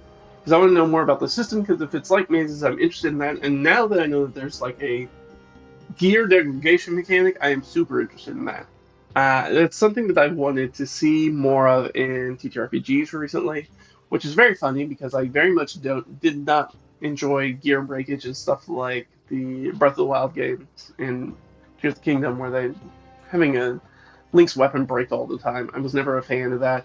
But as far as exhausting it or being able to repair stuff like some of the basic, I think at the end of the day, what I'm looking for in a new RPG is something that's got a little bit more chewy upkeep mechanics. That's not like the D&D style, the contemporary D&D style, which is like you go to sleep and you get all your hit points back. Most of your the hit dice are the only thing that you aren't guaranteed to get everything back on from a long rest. Otherwise, a good night's sleep cures most conditions. Refills all your hit points, gives you all your abilities back, and then you never have to worry about anything like your gear being degraded or breaking or anything like that. Out of the box, anyways. Definitely as a DM or GM, I will definitely fuck with your equipment. That is a promise. I will be doing that. But especially in low levels, because it's an easy way to get around trying to do hit point damage. And be like, oh, well, I'm going to screw up your gear instead. But yes, very interested in shift. I want to see what the shift world is. I want to learn more about these exhaustion mechanics. I want to know more about the system in general. Obviously, it's a roll low system. I prefer roll high, but that's tomato kind of situation. They're going to do the same thing. So this is definitely one of the ones that I'm looking for hit point press. Kobold press. Well of Shadows. For the Tales of the Valiant RPG, that's not one. So I think that's their RPG, right? I believe Tales of the Valiant is Kobold Press's own game.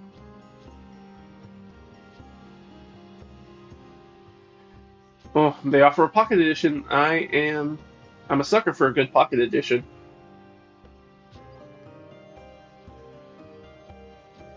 Oh, let's get the PDF in it. Yeah, I don't. Problem is that I don't know anything about Tales of the Valiant.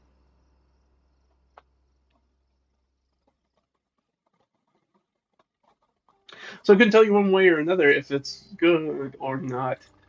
And then when you're doing if you're putting on an adventure for a proprietary system, though it is packed with everything you need to play, including an adventure map, pre-generated characters, and a full Tales of the Valiant quick start guide, everything you need to get playing right away is at your fingertips. So this is the thing that I might be interested in. The adventure is a site of corruption and unleashes undeath and void energy in the world. Blood's Legion soldiers were dispatched to purify the site, but none have returned. Can your players uncover the mystery of what happened at the Well of Shadows? So this is very much a very mid one for me. I was like, it could be a cool adventure. Don't know. I'm gonna go ahead. I've got a lot of check marks already, so I think I'm actually going to put this one in the minus category as the thing that I'm not interested in picking up. Even though it is something that I could pick up, Well Shadows might be an interesting adventure, it does seem like it's probably going to be a very straightforward dungeon crawl, at least going off the back of this image that I have, back of the, what is the binder here, or what is going to be the module. It looks like a pretty straightforward dungeon crawl adventure. I got a lot of dungeon crawl adventures. It doesn't, at least off, all I have to go off of are these couple of paragraphs, and they are not telling me anything particularly interesting about the adventure. As to, oh, there's something weird or new or different kind of mechanics being used here. So really, I'd only be picking it up to get the Tales of the Valiant Quick Start Guide, which is a game that I already don't know anything about, and so, like, maybe I could sit down and do research and, like, learn a little bit more about it. In fact, you could probably just get the Quick Start. Can we just get a Quick Start? Can I do free? What you got for free? Player's Guide Preview, Labyrinth, got a bunch of previews. Conversion Guide, Dungeons and Ruins Preview, Bookmarks. I guess they just don't have a free Quick Start? That seems weird. Okay, I guess they don't for download. Usually, and this is a good tip for anybody who doesn't get something they want on Free RPG Day, a lot of the times, usually after, but sometimes before the event, you can actually go, they'll actually just host the PDF version of the thing on their website and you go download it if it's something that you didn't get a physical copy of, but you still want it. I've done that many times for things where I was like, oh, it was on the list, but I didn't have enough free slots of stuff to pick up to get it, or was something that it was already gone by the time I got there, or they didn't have it in the bundle, or I don't know. There's weird stuff. Sometimes you expect to find things and then the stuff's not there, even when it feels like you're one of the first people in the location. You're a doorbuster like I am, showing up early. So, well, Shadows, Global Press, unfortunately not a lot there. Loc Battle Mats, Scry My Little Eye. Adventure with Scry My Little Eye, a ready-to-play 5e dungeon adventure using assets from Loc's upcoming Dungeon Designer deck. Despite the job seeming to be well-paid and easy, there is more to this dungeon test run than meets the eye watched by a paying audience. Oh, I remember this one. I remember looking at this one. This is definitely a star for me. This is a very cool set that already sold me on the adventure right off the bat. You're watched by a paid audience. The parties will have to survive constantly evolving dungeon as you generate dungeons and random encounters in a unique, dynamic way. One sentence tells me everything I need to know about this. Oh, this is going to be a really cool, weird thing that I get to play with that I might not get an experience from somewhere else. Ready to play 5e adventure? Sure. With tokens and random encounter tables. Ooh. A flexible dungeon where no two adventures are ever the same, which means that this is not only an adventure that I'm going to have stuff for, it means that I can reuse this adventure later and it's still going to be different. I can reuse it even with the same group if I want to. A random encounter generation with the help of content from the Dungeon Designer deck. Tokens and maps to help you visually bring your dungeon to life. So this is really cool. This is one of the things that I'm very interested in. Don't miss your chance to grab this free adventure on Free RPG Day. Let the dice decide your fate. So yeah, I'm very interested. It seems like it's going to be a very straightforward, like Gonzo-style dungeon where nothing in the dungeon is going to make sense because it wasn't built to be like a make sense kind of place. It's this Smash TV, Running Man kind of thing where there's an audience watching you in the dungeon. It's very much like the D&D movie, the new one. They come out with the arena, right? Where they have all the monsters and stuff in it. I feel like it's very much going to be like that. So this is definitely one that's going in the list because I'm very interested. I've given my friends some Loc Battle Mats before. They have these nice books that are spiral bound that lay flat, and you can put two books together or multiple books together to make larger maps, or have just the small ones together. They're very cool. So if you have a Dungeon Master or Game Master that you guys do a lot of battle map encounters, it's a good choice. Check it out. They're not particularly expensive for what you get, I don't think. And they come in different sizes. So there's little small books and then like big honking books. and they all work together because they all work off of 1-inch squares. So you can kind of put multiple of them together, even if the books are different sizes. So yeah, this one, Scratch Grab My Little Eye, is going to be very interesting. I want to see how the adventure plays out. I want to see how the like dungeon deck terrain stuff that they're showing here in the illustration, how that stuff gets moved around. I want to see that. I want to see what that is. What it do? Magpie Games. The root. So I'll just tell you straight off the bat, this is going to be a minus for me. I've only looked a little bit at the root TTRPG, and it seemed really dense to me. Like it's got a whole bunch of stuff going on. Mainly about the setting, and it's also another game that can be extracted from its own setting. It's built into. Laurel's Canopy is supposed to have one of the strongest legal codes in all of the woodland. The Pandian, I guess Pandian decrees, created by Lord Pandian Osprey. But Pandian never finished updating the decrees to match the current realities before he died, and now the clearing is mired in bureaucracy controlled by the clerkdom, an institution devoted to parsing the decrees in ever finer detail. There's Corvid conspiracy.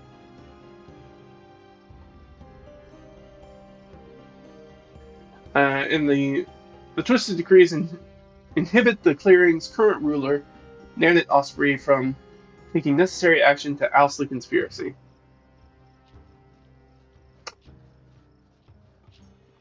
So Root's real weird because it's a board game and a TTRPG game. No. Root.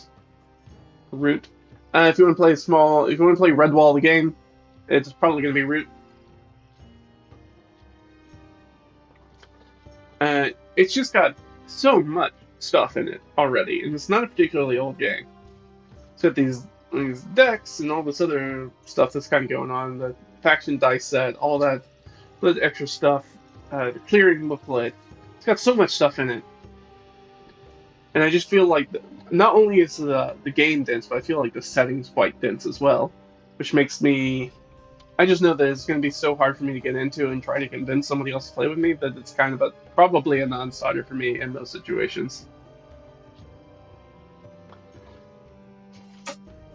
Hey, yeah, I am still doing the solo with Leo's party. Yeah, yeah, I am going to get back to it. I just know that I have to plan that session for Leo's party, and I don't know what that's going to look like yet. And unfortunately, just lately, I just have not had the time to sit down and do it.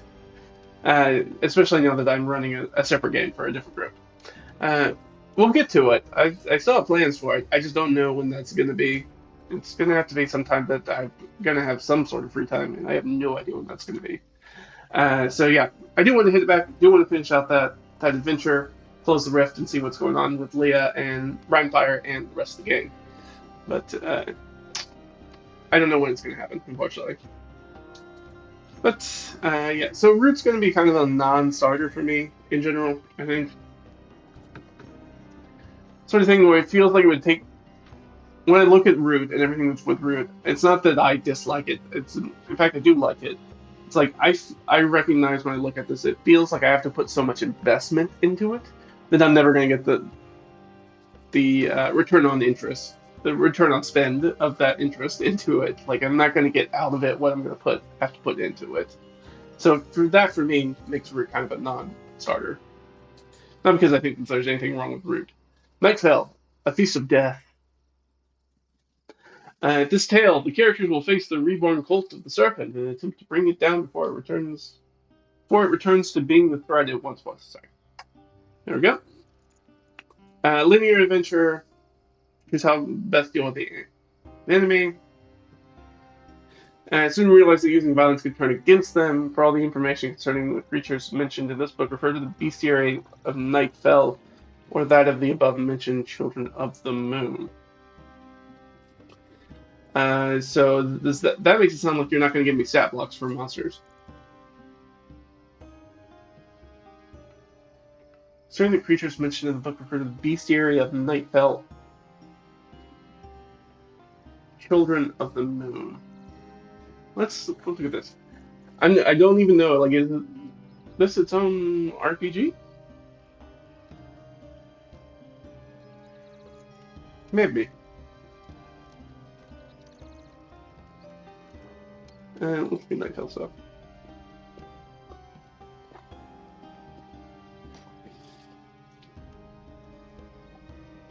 Okay, it's a horror fantasy setting. I think Night Tale's for 5th edition? Yeah.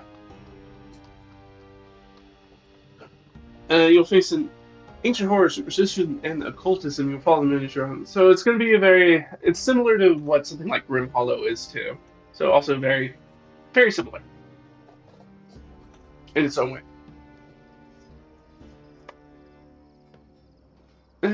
Yep. Unfortunately for me, that's going to be like, oh, well, it's a linear adventure and kind of a horror setting.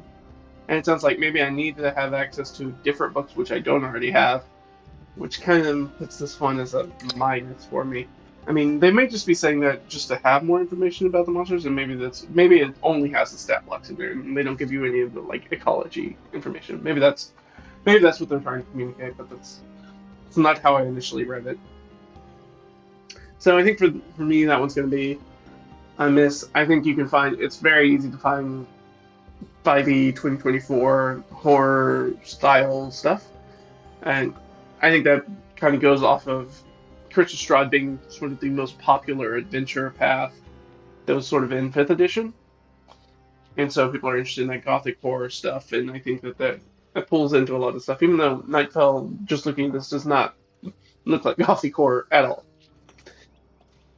I'm not even sure I would classify, looking at this immediately, as horror. I guess purple and pink means bad, right? That means evil. I can tell you right now, I'm not going to be interested in the Marvel multiverse role-playing game. I don't really feel like giving Marvel or Disney money. It's only a 16-page adventure. Includes the all-new Thunderbolts adventure. Exclusive sneak peek at the upcoming Marvel multiverse role-playing. Oh, the game's not even out yet. Oh, no, it's the Adventures expansion. After being invited to Avengers Tower to celebrate Donnie's birthday, you and your team find your hands full when the Asgardian ne'er-do-wells crash the big event.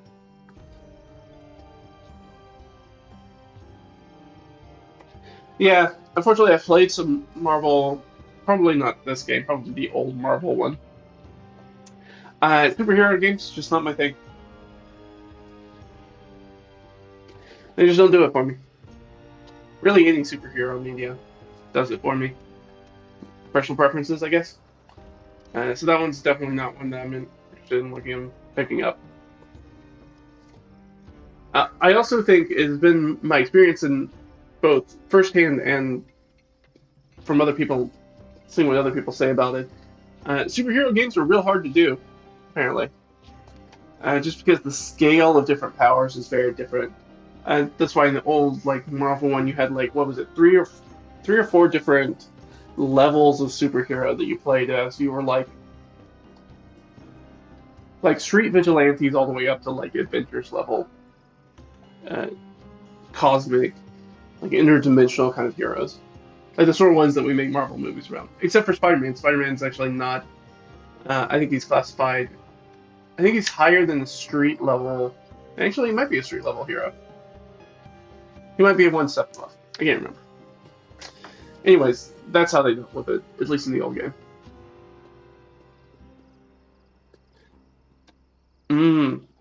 This is Modifius has some cool stuff that's coming out. So they've got the Fallout, the Star Trek, and the Dreams and Machines. These are all quick starts, right? So they have 3 that are coming out, which is really cool. Star Trek. I'm not sure what that looks like. What it's going to look like. I don't know much about the system they're using for that. There's a Fallout one. I know that a lot of people have played this new Fallout RPG. I haven't heard anybody say anything particularly bad about it, but I also haven't heard anybody say anything particularly good about it. And Dreams of Machines is I think it's like a scrapper. That's like a BattleTech kind of situation or a MechWarrior kind of situation, if I remember correctly. So that one was kind of interesting to me. So this is one of the ones that's definitely in the. Well, if it's there, I'll pick it up. Now the thing is, I think that this kind of makes it unclear whether it's going to be 3 books or 1 book. It makes it look like it's 3 books, but I can understand it being 1 book. But hopefully it's all 3 books, and hopefully there's a good quantity of those books for the event. But I would be interested. I'm not that interested in Star Trek, but I would be interested to see a little bit of the Fallout stuff in some of the Dreams of Machines, just to have something different that's a little bit more like BattleTech, MechWarrior, uh, even dealing with something that's maybe a little bit closer to something like the Lancer. Be interesting to check that out. So that's definitely in the like, if it's there, maybe pick it up. But it's not going to be one of my go-tos right off the bat. And that's been my experience with these sorts of events, but especially when an event like this where we have so many different people who are in on it, so many different publishers are putting stuff in, which is certainly more than I think last year. I think this may be the most amount of publishers I've ever seen in it. It's really, you're not going to be able to get everything, especially if they put limits on stuff. So you really need to hone in on like almost make like a tier list to be like, what are the things that I definitely want to get? Because you need to be laser focused to get in there, because there's a limited run of all this stuff. So you need to be really specific about what do I want to get and how do I get, so I can immediately go find it and pick it up. Then if I have stuff that's left over, free slots, or there's just stuff that people aren't taking, I can go grab some of that stuff if it's something I'm interested in. So this stuff from Modiphius very much kind of falls in that. Well, like it'd be fun to have the Fallout RPG. Is it any good? I don't know. I don't know if it's gonna be for me because I haven't really heard a lot about it. And I'm interested in Dreams and Machines just to see the different kind of feeling to it. I don't know. Do you play in the mix? Do you not play in the mix? What's going on with that? I want to know more. Need games. Yaja, 1348, Quick Death. Now this was very interesting. I remember looking at this. So, do you want to have a zombie apocalypse in the Renaissance during the middle of the Black Death? I guess it's technically right before the Italian Renaissance. Technically Middle Ages. So do you want to play a Middle Ages zombie apocalypse? Then this is it. Your soldiers in an occult army under the control of the church called the Ordo Mortis, which is fighting a secret war to defeat the plague of the resurrected. So essentially, the Black Death turns people into zombies. You're part of this secret church, Templar soldiers who go out and deal with the undead. Very cool. Contains the basic rules of the game, 4 pre-generated soldiers, a complete scenario ready to play, and 2 additional scenarios will be directly developed at the table so that you can continue playing beyond your first one-shot. That's really cool. I like that they did that. And they gave you spin-off things for what to do afterwards. How do I feel about this? I think this is the sort of thing, like, if I came across it and picked it up, I wouldn't be upset for having it. But this is also, when I look at this and be like, oh, well, I could just like do this in D&D. I don't know if this is fully. It's unclear whether Yasha is going to be. It's meant to have magic in it or not. I guess it is also very much a storyteller game with the Scepter of Ludi Magister to each other, which is what, like the Playmaster, Ludi Magister, right? It's like Playmaster, right? To each other, switching the lead of the scene. So it is very much a like we're going around this. So there's not necessarily like a GM. It doesn't sound like. So interesting to learn about. I think it'd be fun to have. Okay, you've given me Italian again. That's alright. We'll figure it out. Hey, there's your next card RPG.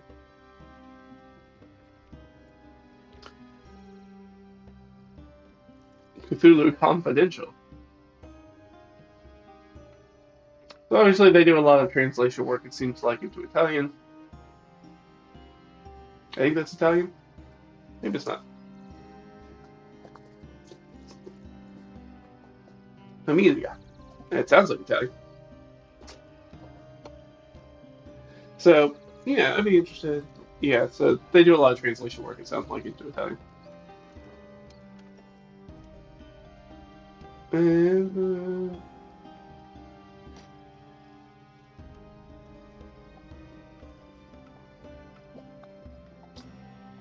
well, I don't know. So, Piaggio sounds like something that I would be interested in, but it also doesn't offer me something that's not like, well, I could just, if I ever wanted to play in or run a campaign setting, I feel like I could just do this with D&D and have magic in it, or play it in a different system that, or just play D&D without magic in it, though that's hard to do with 5th edition. Trying to pull out any of the magic stuff that really kind of constrains you to only a few classes and only a few subclasses of those classes. So, maybe. We'll see.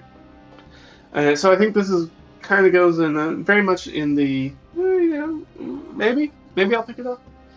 I'm not sure if it's gonna, if the rules are gonna have anything interesting for me because it's its own separate system. Though I'm not a huge storyteller game guy, but maybe we'll see. We'll see if I get there and how I feel about it when I get there. And again, all of this is subject to me like walking in and actually picking up the thing and flipping through it and being like, oh, I really like this. Or it'll always happen. It always happens every year. I go in something I'm super hyped about and I pick it up and I start flipping through it and be like, this is not what I thought it was. This is not. I'm not interested in this. And then that's why I try to have like a little list of things that I definitely want to look at. Paizo has stuff coming out for both Pathfinder 2 and Starfinder 2. I think these are both very straightforward adventures. It was very interesting. I remember the Scourge of Sheerleaf, which is the Pathfinder 2 adventure, is a 10th level character adventure, which I thought was very high level for what is. I'm not even sure if it comes with a quick start. I think it may just be the adventure. And this is Pathfinder 2nd Edition remastered. So it's the 3. Yeah, I'm not gonna do a joke about 3.5. Never mind. I was going to, and then I was like, yeah, I'm not even sure how the math of that would work out. Trying to figure out what sort of fork of 3rd edition this is at this point. The Scourge of Sheerleaf short adventure for 10th level characters, which I thought was really high, where you take on the role of 1 of 4 unique Dragon Blood characters.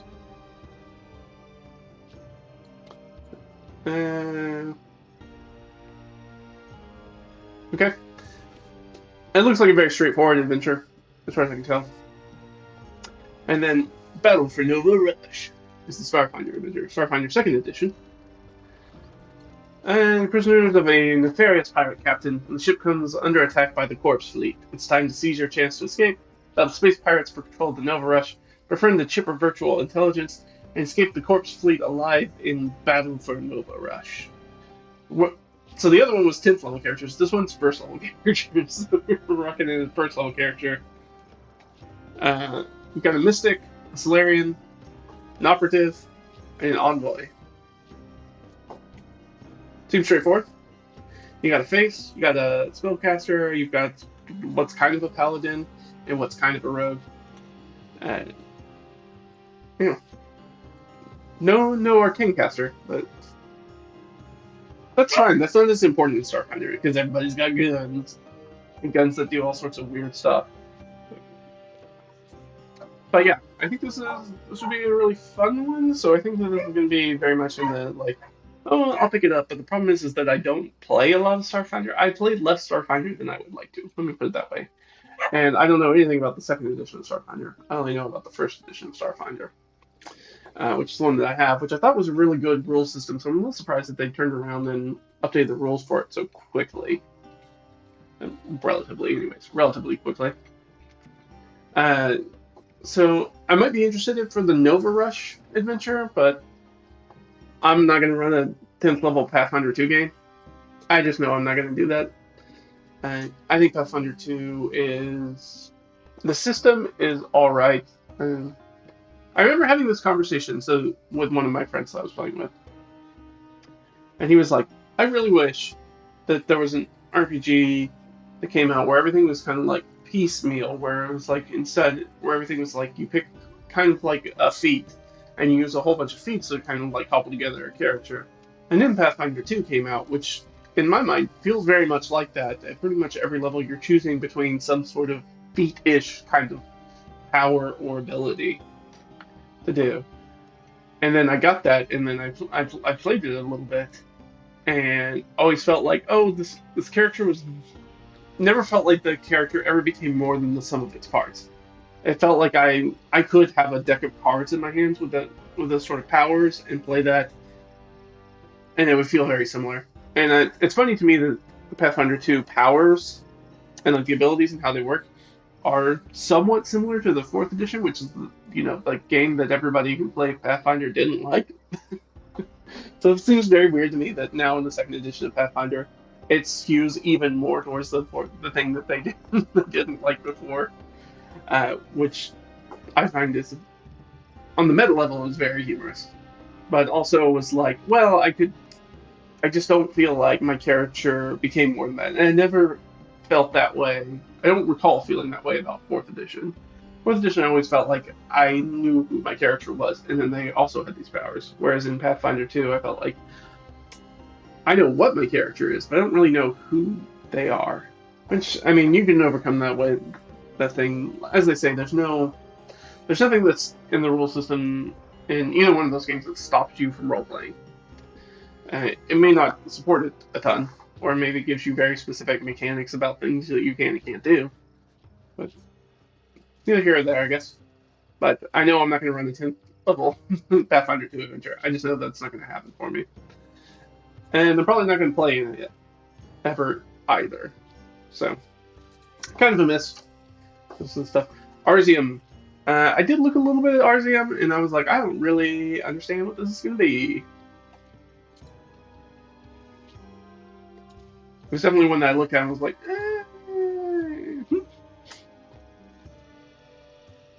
and it's a game. Arzium, not a huge fan of this art style. Strange land of Arzium, the world from above and below, near and far, and more. That is a cool looking map. Uh, will you have the best village? So this is Village Builder.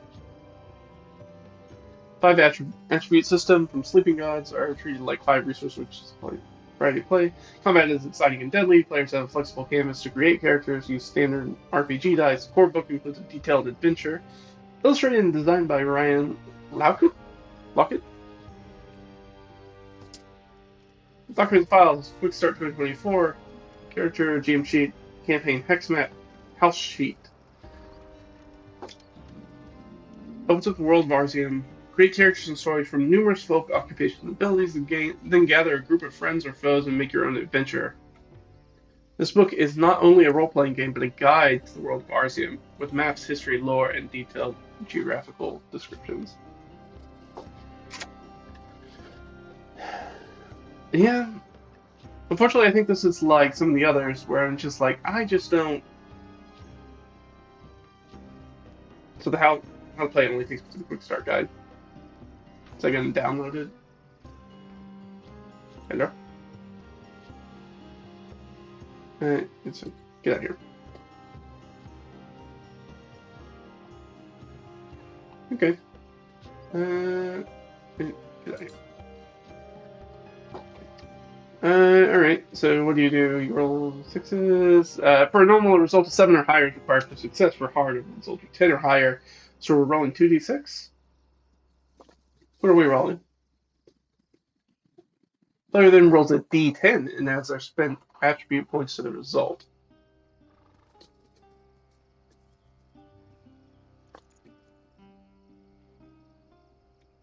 Oh, so a hard thing you gotta roll 10 plus, so you're almost always going to be spending resources on it. Interesting.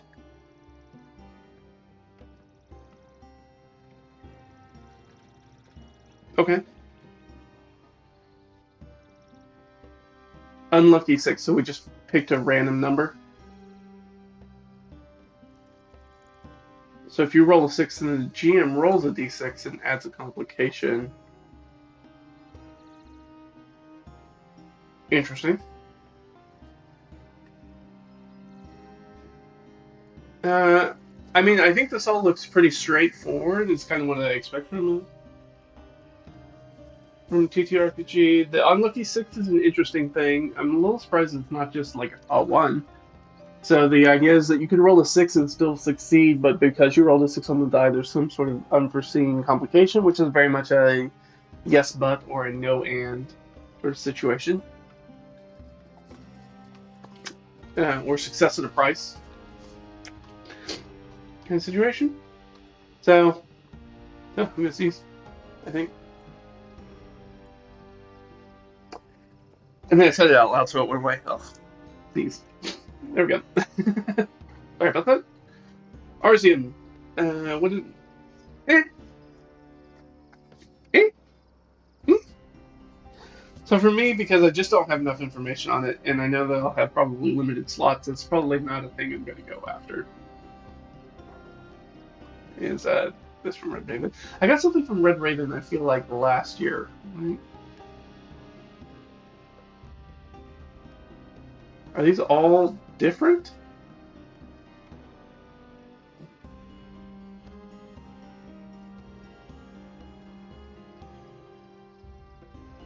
Oh, there are multiple games within the same series? Oh, this is just a board game. Okay, alright. So this is a big Gordian knot mess of stuff. Man, when did I get... I feel like I picked up something from them, I thought, last year. I can't remember what it was. I sworn I picked up something from them.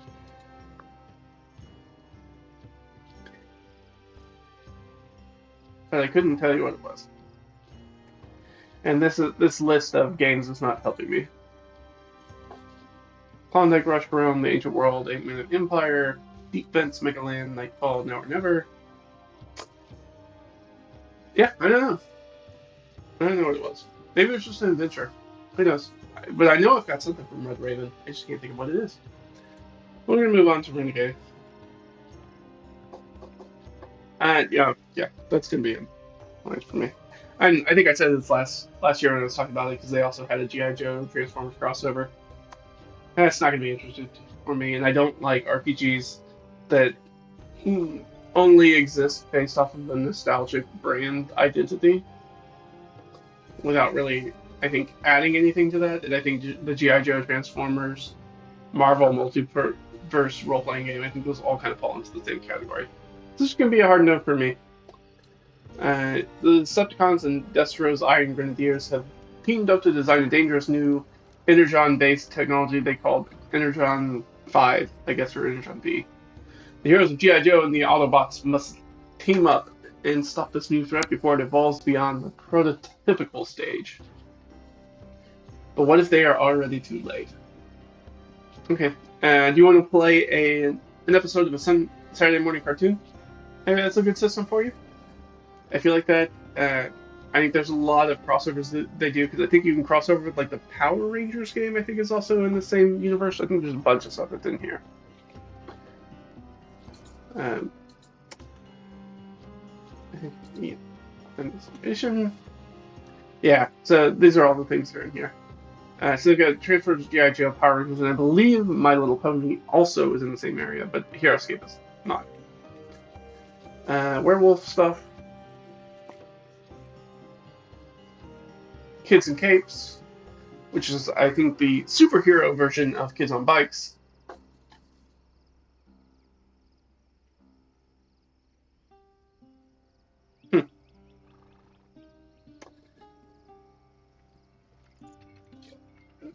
Okay. Unfortunately, just not for me. Hank the Ranger Pen.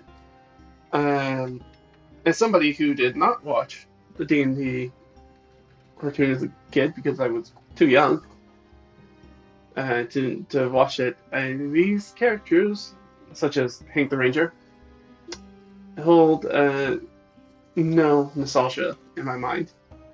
And an enamel pin is cool. I just don't care.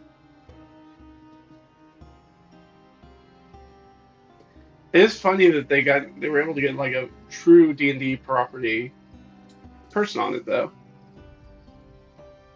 And this is what the dice manufacturer put in. Like we could put dice in, but instead we did an enamel pin. Okay, which is weird because the other dice group, what was it? Where they had Dispel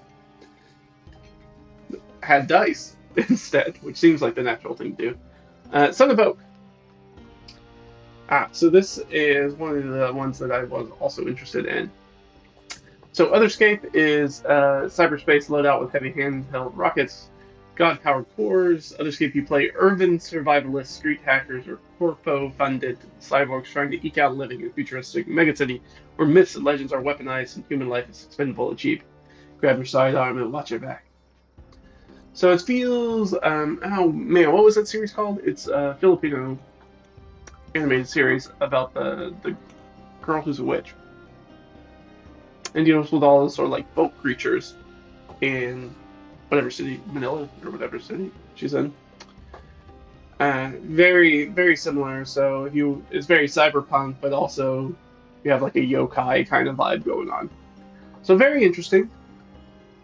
The mythic cyberpunk RPG. That's a good way to describe it. Other Space is the mythic cyberpunk RPG. I like that description. I think that tells me exactly what it is. So yeah, you deal with like myths and fables and stuff like that, and you want to also jam that together with like cyberpunk. Then this is going to be sort of your jam. Not really my jam, but it's cool. Like if somebody was like, "I want to run this, would you play it?" I'd be like, "Yeah, I'll play it. That sounds fun." I'm more interested in legend and myths. Ready to defend the Dales against the creatures of Twilight. There's a whole bunch. I'm not going to read all this word. Legend of the Mist, you play as humble villagers or renowned explorers roaming across rolling hills and trudging through dense dark forests in a fantasy land of magical creatures and mysterious traditions lost to time. Buckle your scabbard and begin your quest. Yeah, this is their first time, Son of Oak's first time being in the RPG, free RPG day stuff. So Legend of the Mist, the rustic fantasy RPG, recently voted the most anticipated RPG of 2025. Both games use the same statless narrative system, which has evolved from Study of Mist. That's right, because it's based off the Study of Mist. Where your character details from backstory to abilities to gear are all represented by descriptors called tags. So in a lot of ways, it's very similar to like aspects in Fate, rather than having stats. Very interesting. And you get the basic rules, 3 pre-gen characters, and demo adventure. You can already get the Otherscape game at your local retailer or at sonovo.com. Legend in the Mist will arrive in summer 2025, so presumably not out yet, but will be soon. But this was the one I was more interested in checking out. Let's go to the website. This was the one that I was like, oh, this looks fun. Spin a fireside tale of villagers and other unlikely heroes setting out on a quest to a greater unknown world, rife with peril and mystery. I'm a big sucker. I think anybody who's played games with me knows that I like pretty grounded games. Talk about that a lot. And so having a game system where the heroes are just kind of people, which is more of an OSR kind of style, where you're just kind of a dude trying to figure things out. There's the other space. I do tend to like these pictures like. And then City of Mist is urban fantasy noir. Yep. Legend of the Mist. So yeah, I'm more interested in this. Take a revolutionary approach. Characters are made of descriptors without stats, so I'm interested to see how that all works. We can kind of see some stuff down here. And that is not that picture. That is not that picture at all. It's a totally different picture. That's fine. Anyways, it looks fun. I like the art in it. It's very interesting style. It evokes almost like a slightly more detailed, like Avatar: The Last Airbender kind of vibe to me, where there's just a little bit more detail on the stuff, on the characters, stuff, but otherwise kind of similar vibe. I like it. I want to learn more about it. Teach it to me. So Son of a Oak, big check mark, because I'm definitely looking for that. I've heard a lot of stuff about City of the Mist. I haven't played it though, so I'd like to see the Mist engine in play. I want to see a little bit more about like what that's like. Like I said, I played Fate and run Fate before, and Fate has similar aspects or similar to tags in that you have a way to you try to invoke them based off of the situation. And I think they work pretty well. They're kind of like abilities, sort of. So yeah, that one's definitely on my yes, yes, more please, more please. The story engine's next. So I think the story engine is probably the number one thing that I am most interested in picking up, and we'll get into that.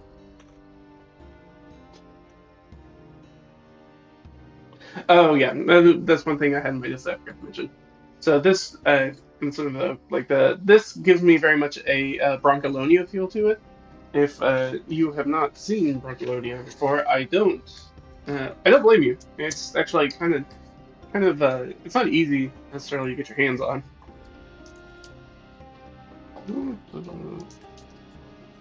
But it is a 2020 5th edition 2024 thing. It is a very specific kind of style of D&D game that it's trying to evoke. Broccolonia, spaghetti fantasy role-playing game. So I feel like this image does a very good job of kind of giving you the vibe of what you're going to be feeling at, where you kind of play these scoundrels and knaves and the sort of people who are like the background characters in like things like Romeo and Juliet, like those kind of background characters.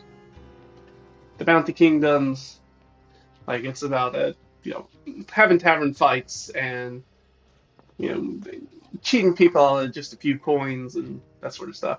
I think it's fun setting in this sort of like reimagined mythical Italian states era kind of stuff that's kind of going on here. Yeah, there you go. So, anyways, it kind of gave me that sort of vibe, that same sort of feeling. Obviously, not quite the same, right? You're not going to even play knaves and stuff like that, but the idea that it's a lot more mundane, a little bit more dirt under your fingernails than what we consider most the cinematic modern fantasy tabletop roleplay game, as the site says. I know you can't see that at the top, but that's what it says. So we were get back to the story engine, what we were talking about. So the story engine, the deck of worlds, power up your world building in this free RPG day with a 35 card sample. That's a huge sample pack, by the way.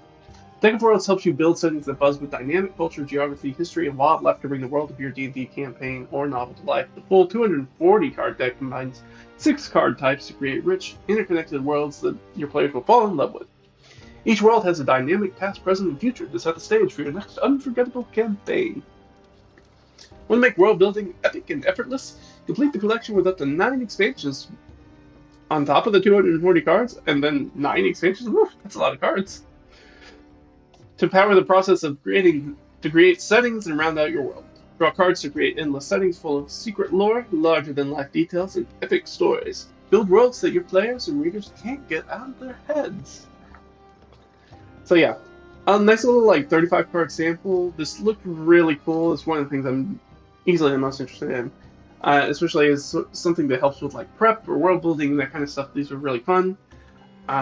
I took a look at it and was like, I don't know how this stuff works together. I haven't watched the videos yet, but I saw the pictures of like this kind of stuff, and I'm like, okay, so mountains, skilled foragers, narrow passages, dome, site of, made it smaller, not larger. Where's that? The dome, site of famous scientific discovery. An oppressed group is fighting for their rights, political representation, economic opportunity, or cultural expression. So it kind of just gives you an idea of what's going on there. So there's this dome place, which is the site of a famous scientific discovery. It's deep in the mountains, in this narrow mountain. Got a bunch of skilled foragers in it, sort of like mountain men kind of situations. Very interesting. So I like the way that you like take these cards and throw them together, and it kind of gives you a somewhat fleshed out setting. Even if I don't ever use the cards again, just having the understanding of like how this works could be very helpful for me as dungeon master later. Being like, okay, what are some? I want to build a location. What are some things I could throw together? So I don't necessarily need all these cards that they're kind of showing me here, like this big cluster to figure that out. But it might be helpful to kind of understand how the system works, so I can understand maybe how to make my own, maybe slightly more preferred modification, alteration, fork, whatever you want to call it, of that. So over here you have an island plaza of statues. That's probably the only difficult thing I've seen about this so far, is I have to tilt my head to read things. And that some of the contrast on the text isn't super clear. It could have been a little bit more clear. Some things that are written in white that maybe should have been written in black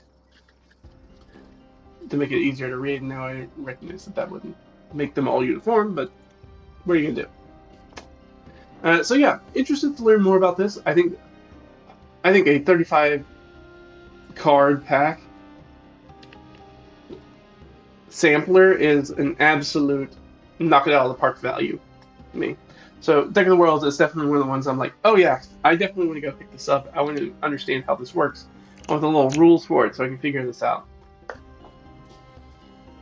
So this is big. This is probably the number one thing I'm looking for when I get in there, because I feel like if people know about this, this will go very quickly. So I'm very interested to see what it plays like, and I assume there's probably not a lot, because it seems like it's a very expensive thing to produce for 35 cards. But maybe I'm wrong. And then WizKids did the D&D thing.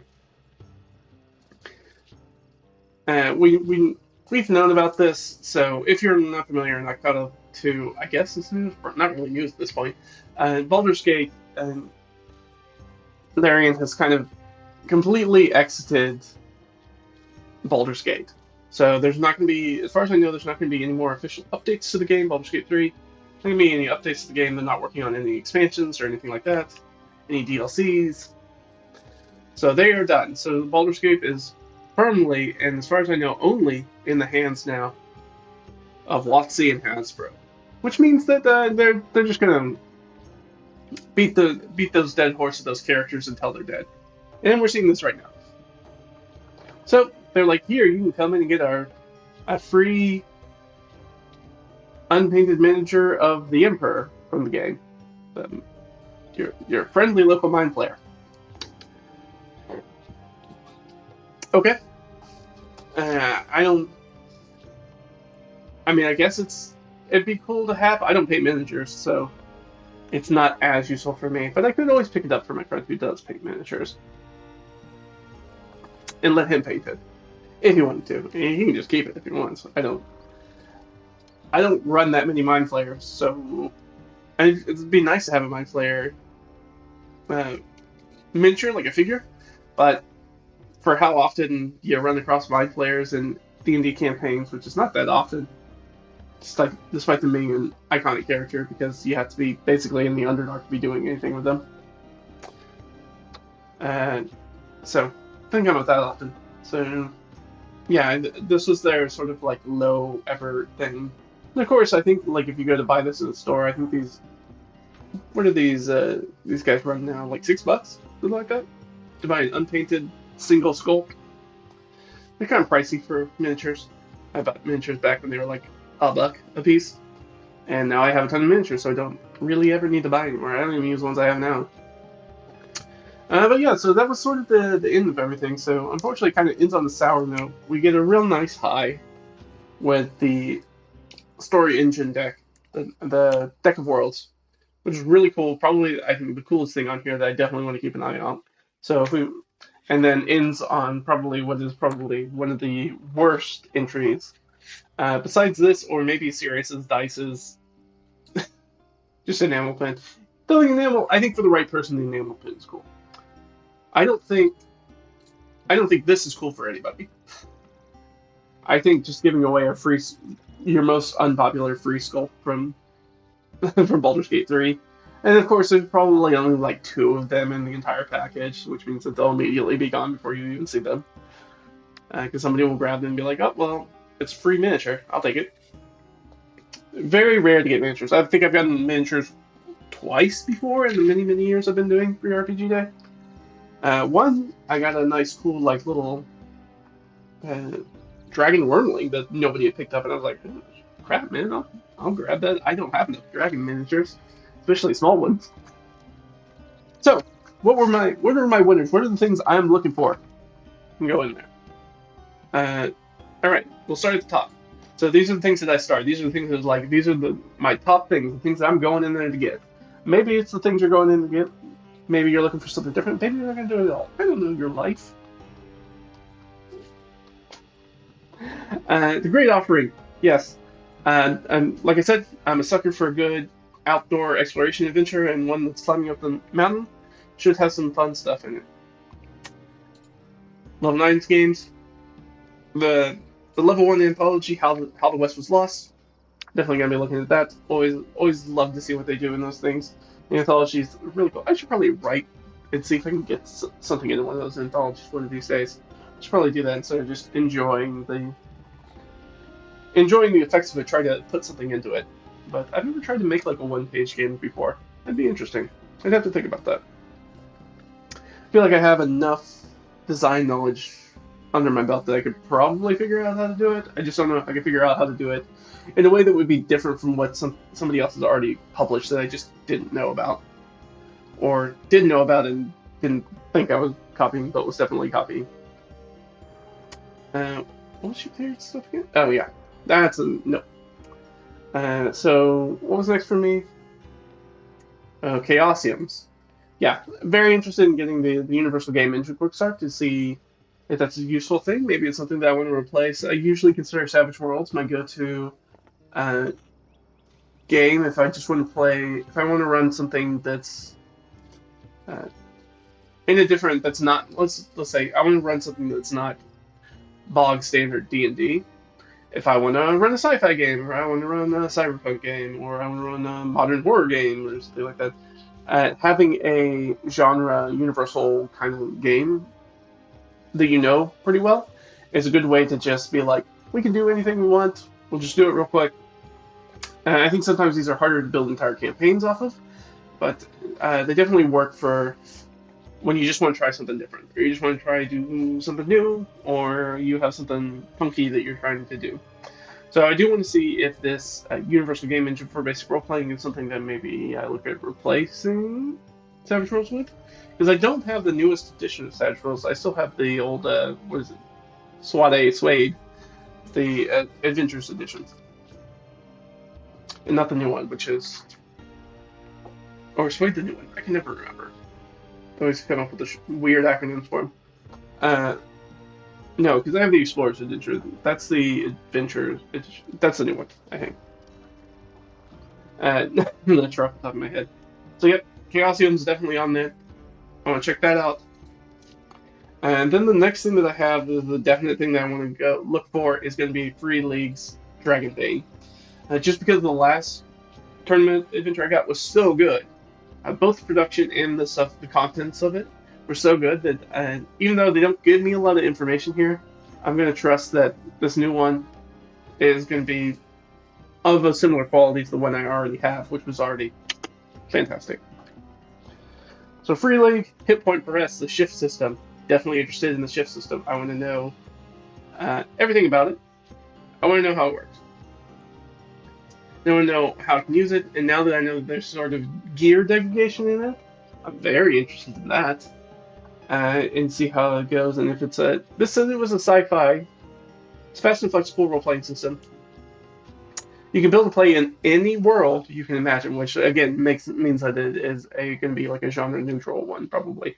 And so they gave us a spark for a sci-fi world, but that means that I should be able to do this with a fantasy thing. If I want to play maybe a modern thing, maybe I want to play a horror game, or something real weird, I can figure out how to do that with the system, which is a nice thing. I always like having. I think everybody should try to have like 3 systems, tabletop role-playing game system. If you're a Dungeon Master, Game Master, my advice is to have 3 different systems that you know very well. One should be some sort of a popular D20 system, whether that's Pathfinder or D&D, that you can always find people who want to play. So that one's pretty easy. The next one that you want is, I like a universal game, like I said, Savage Worlds, Shift, basic role playing, some sort of thing where people are like, oh man, I'd really love to do an adventure that was like a Wild West adventure. You can be like, cool, we can do it with this system.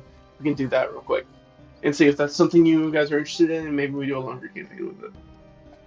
Just to see it, or for one shots, or for anything, just to, especially if you have a group that, and many groups are like this today that only play D&D.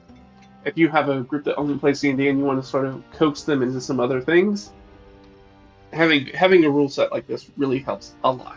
Because then they only have to learn one rule set, and you can play a whole bunch of different kinds of games. You can play sci-fi games and Wild West games and fantasy games if you want, or other sorts of stuff. So there was Free League. I definitely want to get. I skipped over this one. The Goodman Games Castle White Rock. That's definitely one of the ones I'm looking out for too. Now, which one of these am I putting sort of at the top? We also have the Loke Battle Map,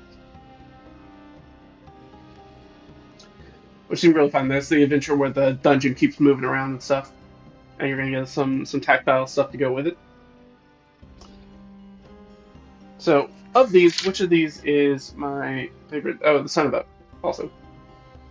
Son of Oak. For Legends in the Mist. Legend in the Mist. That I'm interested in. Okay, so which one of these kind of takes the cake for me? Which are the ones I'm most interested in? It's going to be the story engine cards. I want to know what these cards do. I gotta know. You gotta tell me. So that's my number one. This is definitely the number one thing I'm looking for when I walk in. The local battle match stuff is cool. Goodman Games.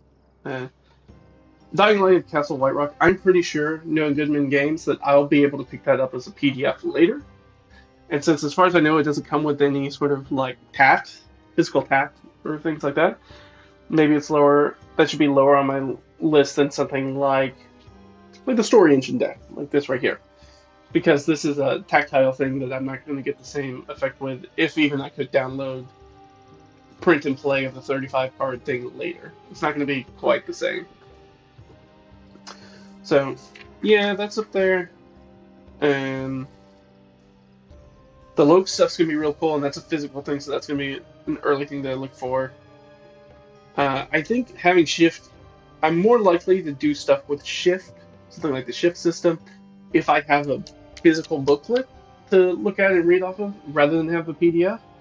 So I think I would prefer to have that in hand. The Ghostfire Gaming stuff, Free League, Dragon's Bane, just because the quality of production on this one is so good that I'm assuming that this one that's about to come out is going to be this beautiful, full color, beautiful art in it, great maps, glossy pages, big pages, soft cover, but still robust. Like, this doesn't feel like it's going to fall apart in my hands. Like, this is very well put together. With a nice, like laminated outer cover. So yeah, this one So I'd like to pick up another version of that physical copy, if I can. Dragon thing.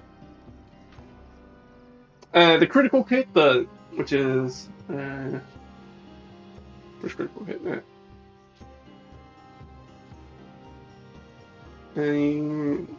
What's the name of this?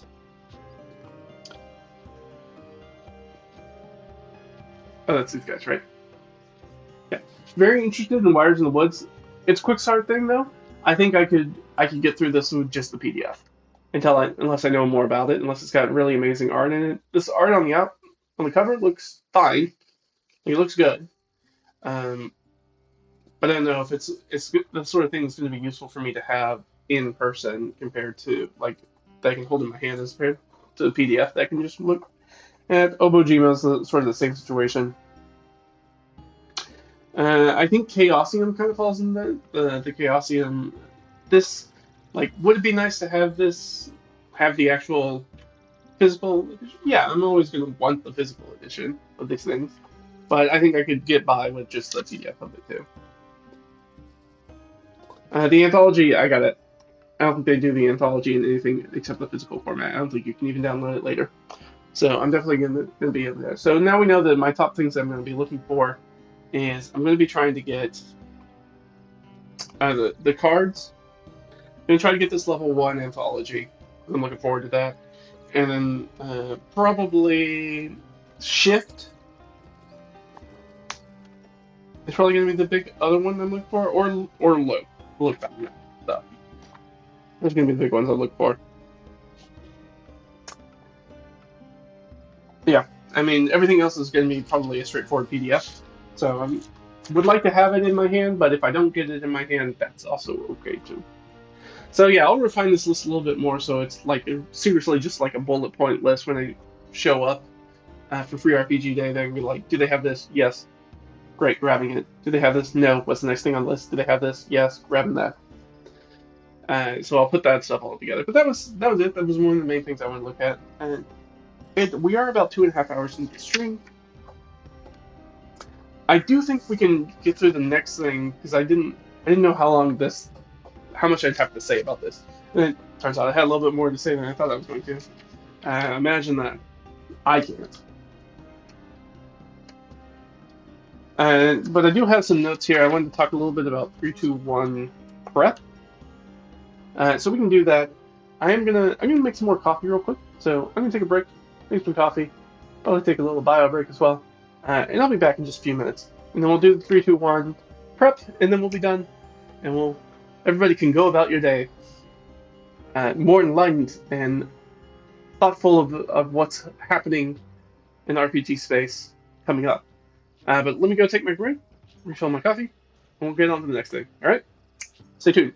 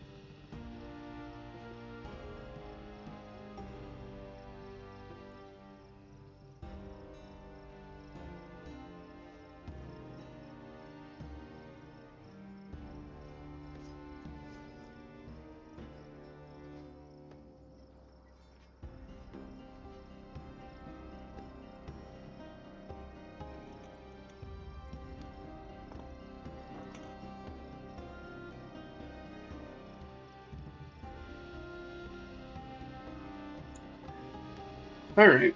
Well, that was a bit of a false alarm. As it turns out, Kettle is currently on the fritz. So, no coffee and no tea will be had. For the moment, at least. So, we're just going to push on a little bit. So, I figured what we would do next. Do we want to do that? We could do the Random Dungeon Chambers. Thing is, like, I'm afraid if I get in the 3-to-1 prep, we'll be here for another hour or so, which is not necessarily how long I want the stream to go. So we'll just try to do it. We'll just try to do it quickly. How about that? And my success with that is not great, but we'll do our best. How about that? But I'm going to open up a new document because I only have this written down in, of course, hand notes and not typed up notes. So we'll kind of do it together as we go through. Let's do the. What? Why are you doing this? Get out of here.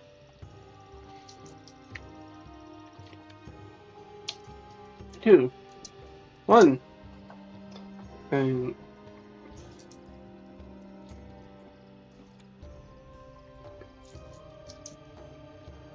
Alright, so I'm going to make this the title.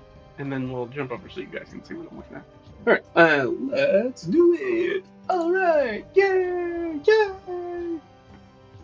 Let's do this up to fit. There we go. So, it's a 3-2-1 prep method. This is a prep method that I use actually quite a lot with D&D. Specifically D&D, but you can use it for really any tabletop RPG.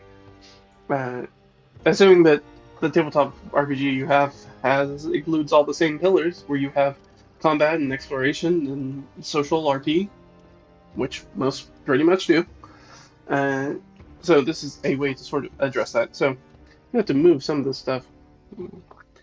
Really should get something that allows me to like stand up notes so I can look at them while I'm using them. But I don't have that because I'm not that smart to realize I need that. All right, so let's do it. This 3-to-1 DnD Prep method.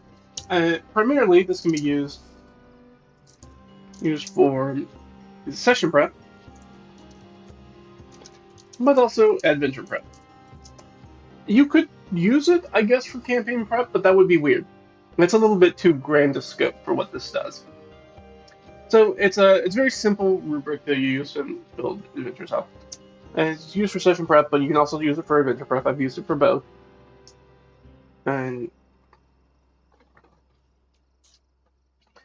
it provides about enough. Let's say it provides enough gameplay for about 1 to 2 sessions.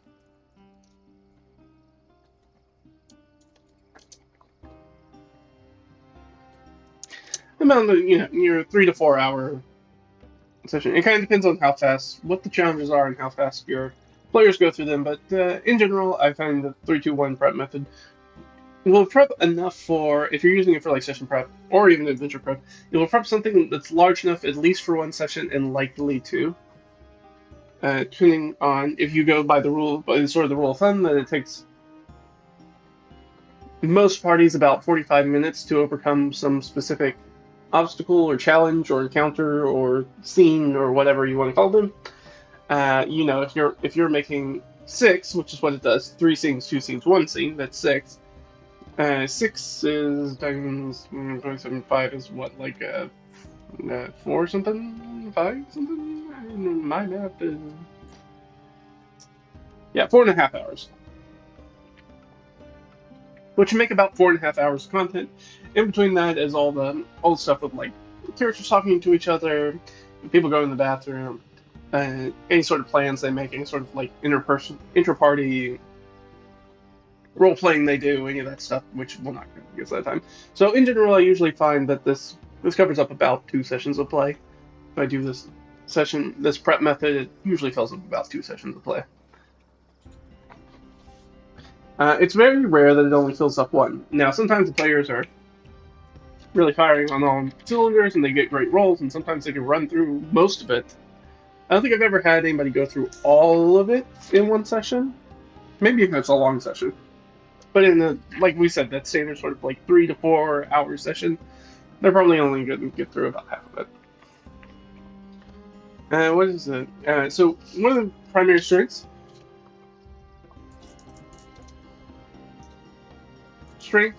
is the focus on all, we'll put all pillars of play.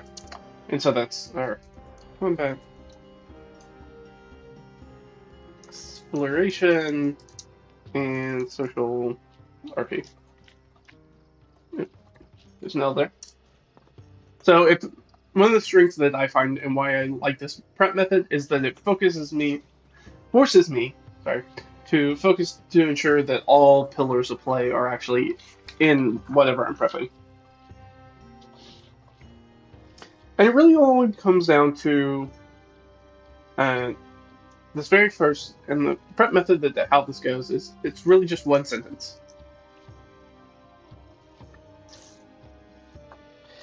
And this is where you go. The next session / adventure will be mostly _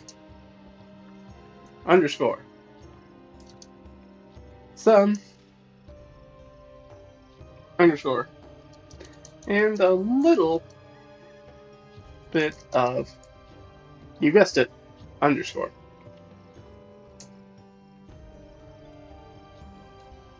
And you can change up the names a little bit, but this is the basic of the.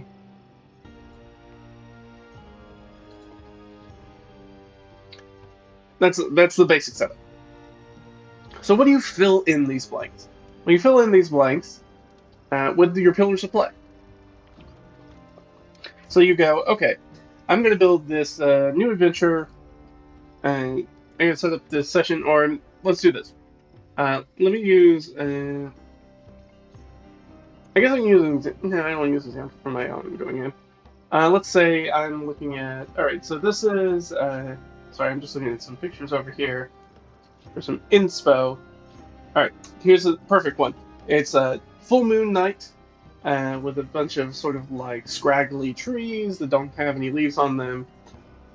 Some barren trees, barren sort of like landscape, and the shadow of a werewolf. All right, so that's sort of where we're at. All right, so I have this werewolf adventure session of a hex crawl or whatever we're getting through.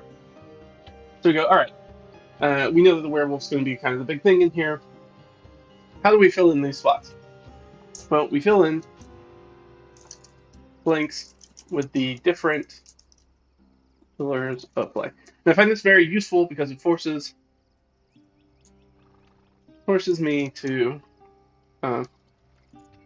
mix up my playstyles. So that way I'm not always just focusing on the adventure. I'm not always over-focusing on exploration. I'm not always focusing on social stuff. To make sure that there is a balance and mix of that stuff as you go through it. So you might go, all right, in this example, let's just copy and paste it. So we're just going to say, for an example, what does this look like? That's... Right. So your next session will be mostly, let's say we're doing this werewolf thing. Werewolf's a pretty dangerous foe. Let's say it was relatively low D&D level, so 3, 4, 4th level, 3rd, 4th level, something like that. So you know that we don't want to mostly make it combat encounters with a werewolf, because if they do that, they're going to contract lycanthropy, most likely, if you have a bunch of combats with them. Over time, they're just going to get lycanthropy, because they only need to fail to save once, I think, to get it. So, unless you want to make that part of the adventure as curing it as well. But for right now, let's say that it's only dealing with the werewolf and not necessarily trying to cure lycanthropy. So I think that means that we're mostly going to be doing, I think, exploration.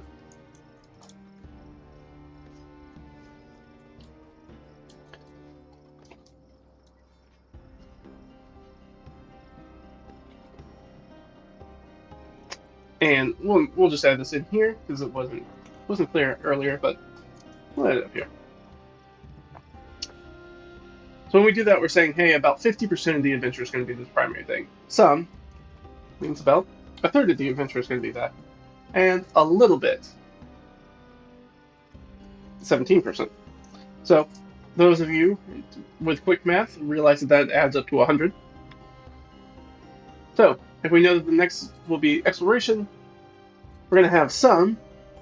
I kind of think I'm going to say combat here because I think we're only going to have one encounter with a werewolf, but we might have one encounter with like just some wolves or something like that. I think that makes sense for the sort of adventure where we're under the full moonlight, maybe stalking them. So I think like, there's the stalking part's going to be the exploration. There's going to be a combat encounter, a couple of combat encounters. There's going to be a little bit of social RP. And this just assumes that everybody gets a little bit of each pillar in this session or adventure. So let's just go with our example. Our example is say dealing with a werewolf. Let's say terrorizing a local hamlet, or let's say let's say sleepy hamlet. So we know that there's not a lot of people. So we're going to go. All right. So we need exploration. Actually, before I do that, let's hop down here. Yeah. Okay. So why do we do that? We do this so use a message play. We want to make sure that we all different types of players get something they want from the game. You've got your big exploration heads like me who are like, oh, I want to track the monster and I want to set up this elaborate trap to catch them and then we can ambush them and all that stuff's in the exploration sort of side. You have the person who's maybe like an actor style archetype player character. Different types of let's say player archetypes. It's something they want from the adventure. So you have a big actor person, they have people who can talk. They can talk to NPCs in the town. They can do all that stuff and find out about their experiences and deal with that aspect. Maybe they try to have the showdown with the werewolf and they try to talk to the werewolf. I don't know if that's gonna be possible or not. I haven't made the adventure, but making sure that like there is a little bit of something for everybody in there. Let's see. Yeah, it ensures that I'm not always doing the same thing. It helps me find the balance between me and all the players, so everybody gets a little bit of what they want. And yeah, I'd say use the player archetypes to assist.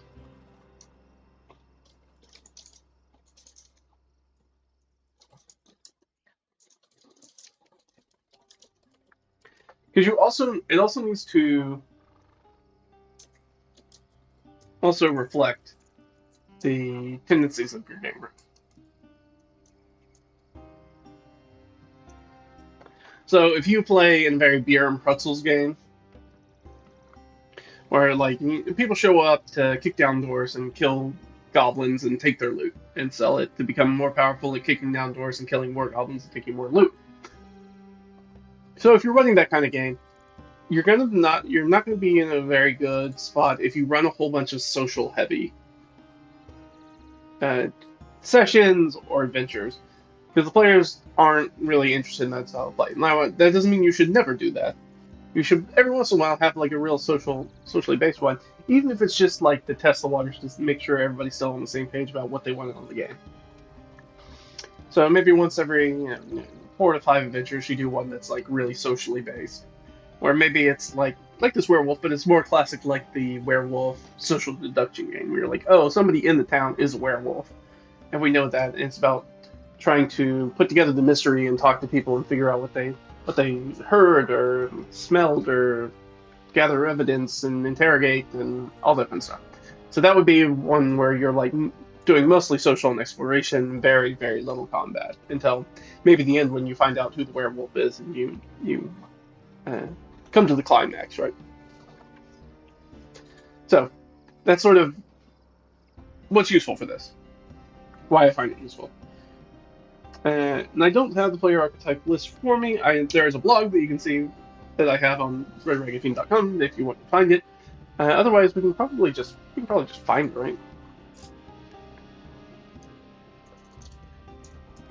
Because I think it's in the DMG. Yeah, Power Gamers Casual, which is I don't really like that discussion of it. I don't think that's correct. But yeah, Power Gamers, storytellers, actors, and other things are just things. Murder hobos are slayers. That's fine. We can call that. Uh, Tacticians are mm, not quite.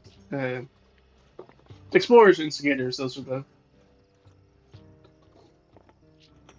So the casual is usually what they call like the bystander or somebody like that. Is somebody who's really there for the social aspect of the game.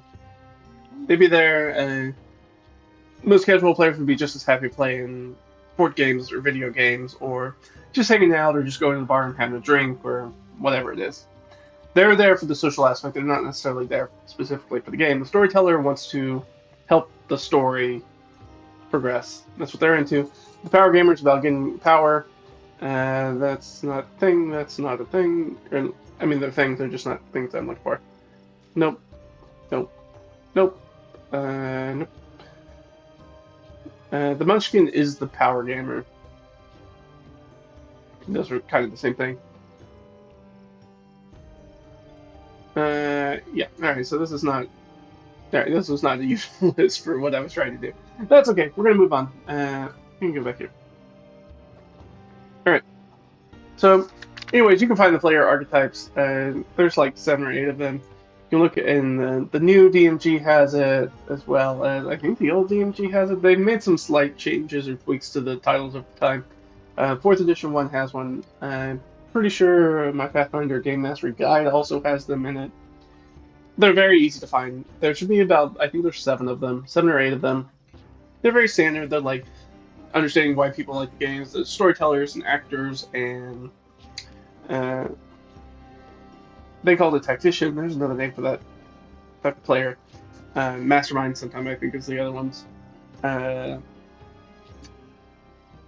Slayers, we did explorers, storytellers, instigators. There's a handful of them, and it's just kind of understanding player tendencies. And once you have an idea about that, it makes it much easier to know what's mainly going to work for your party, and then also gives you the framework to be like, now that I know what the party's mostly into it, every once in a while I also need to break that frame so the campaign doesn't become monotonous. That way they're able to do different things. In the same way that you might run like a hex crawl, but occasionally you're going to throw in a dungeon delve just to kind of mix things up and change what's going on. Or you might have some sort of city adventure kind of thing. Anything else that I forgot here? Finding balance.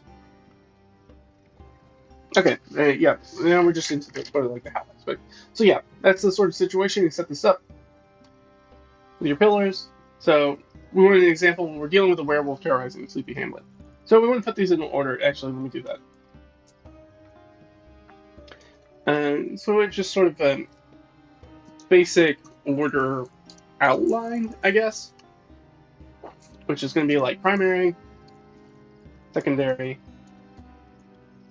tertiary, primary, secondary, primary. And that's sort of the basic outline. You don't always have to use this outline. It, in fact, helps to not do it. What this outline does do is try to avoid a situation where you have like 3 combats right back to back, and then the rest of the adventure doesn't have any combat in it. It's about trying to mix up the different playstyles. So we're going to mix up encounter slash scene styles to keep things interesting. Just keep it so it's not like you completely front load all the RP and then there's no more RP in the game. So trying to put things that are the rarest kind of in the middle one. So we'll use that basic outline. So we have a basic outline, so we have, this of course gives us 6 different things that we're trying to include here. So we have to deal with the werewolf terrorizing the sleepy hamlet. We're taking into consideration we already know what their inciting incident is and all that sort of stuff. How they're going to get, what the hook is that's going to get us into it. If not, we could add that, but usually that stuff, at least for me, I've been doing this long enough that all that stuff is usually pretty intuitive. I don't have to write that stuff down very much. It's like, oh, well, they're going to come across some, a wagon that's gotten attacked, and something like that, whatever it is. All right, so we know our first one. So we know we're going to do exploration. So there's going to be a bunch of exploration in here. Our first and last thing are probably going to be exploration. Not always, but could be. You could also do primary, secondary, primary, tertiary, primary, secondary if you wanted to set up something different, which we might do actually, because we kind of get the feeling like this tertiary, this last thing that we're going to probably end up doing, it's probably going to be the combat. It's probably going to be one of the combats. So I think we should have a combat there, and we should have a combat somewhere kind of middle-ish. Maybe we front load the social scene, so there's exploration, combat, maybe social, exploration. What am I forgetting? That puts 2 combats, so we'll do it this way. So we'll swap this exploration, and we'll go to 4. I keep wanting to do 3 combats, not 3 combats, 3 explorations. That's exploration here, and then we're going to have our social here, kind of towards the middle. So we just kind of imagine what we think those scenes would be, and then trying to figure out a werewolf terrorizing Sleepy Hamlet. So we're going to be like, investigate attack.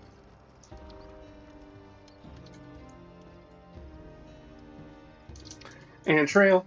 Maybe this is a false flag thing, and it's going to be the wolf pack. Maybe there's a cool with alpha / direwolf, something, a warg, something weird that's a hellhound, something with, yeah, we're just gonna leave it as alpha. With some sort of alpha, we're gonna say alpha weird creature.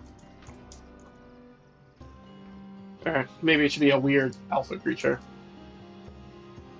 Let's say, led by a strange creature.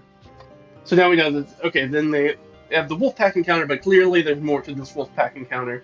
So they might do some additional exploration. We could also switch this around and make this the social one if we wanted to. That would put 2 explorations back to back, though. So I like the idea of maybe they go out, they investigate the attack, they follow the trail, they get the combat with the wolf pack that's got this strange creature that's serving as alpha. Maybe they kill that creature, and so maybe that's not the werewolf, or if they don't kill the creature and it runs away, maybe that is the werewolf. Or maybe they get spooked because they attack this wolf and none of their non-silver, non-magical weapons, because, well, like we said, this is 3rd or 4th level, so they might have magic weapons at this point, but not everybody does, probably. So maybe they get a couple stabs in. It doesn't seem like their daggers or swords or spears or whatever can't penetrate the hide of this tough animal. Give them something like that. And this is where I just start looking at other stuff, exploration stuff that they can do. So exploration is, of course, discovery, going and finding a place, but also, so this one's going to be sort of like, this one here is going to be finding the werewolf's lair. This is going to be the last part. They're going to have to get some sort of clue that's going to help them find the werewolf's lair that they didn't get from following the wolf pack encounter. So we've got this social here. So they're going to find some sort of clue. Clue in the hamlet. Or from Speak with Animals. Something. Again, this is very rough because I'm not really going to make this adventure. So I might be like, oh, well, they can find some sort of clue to the location from, maybe they do a Speak with Animals or Speak with Plants. Maybe they talk to somebody in the hamlet, or how about this? We'll have the survivor of original attack wakes up.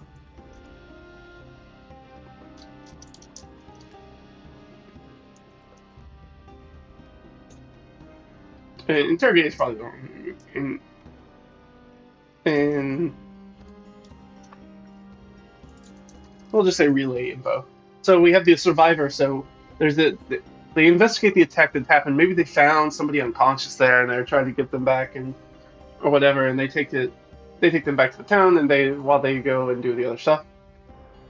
There's a wolf pack encounter led by the strange creature. Something they might find. Exploration again is like investigation or discovery. And maybe they find the nature of the strange creature. So this might be the uncovering the nature of the strange creature. The social, they run back, they have the survivor of the original attack, or maybe somebody comes and finds them out in the woods and is like, hey, that person woke up, do you want to come talk to them? I think they have information you can find useful.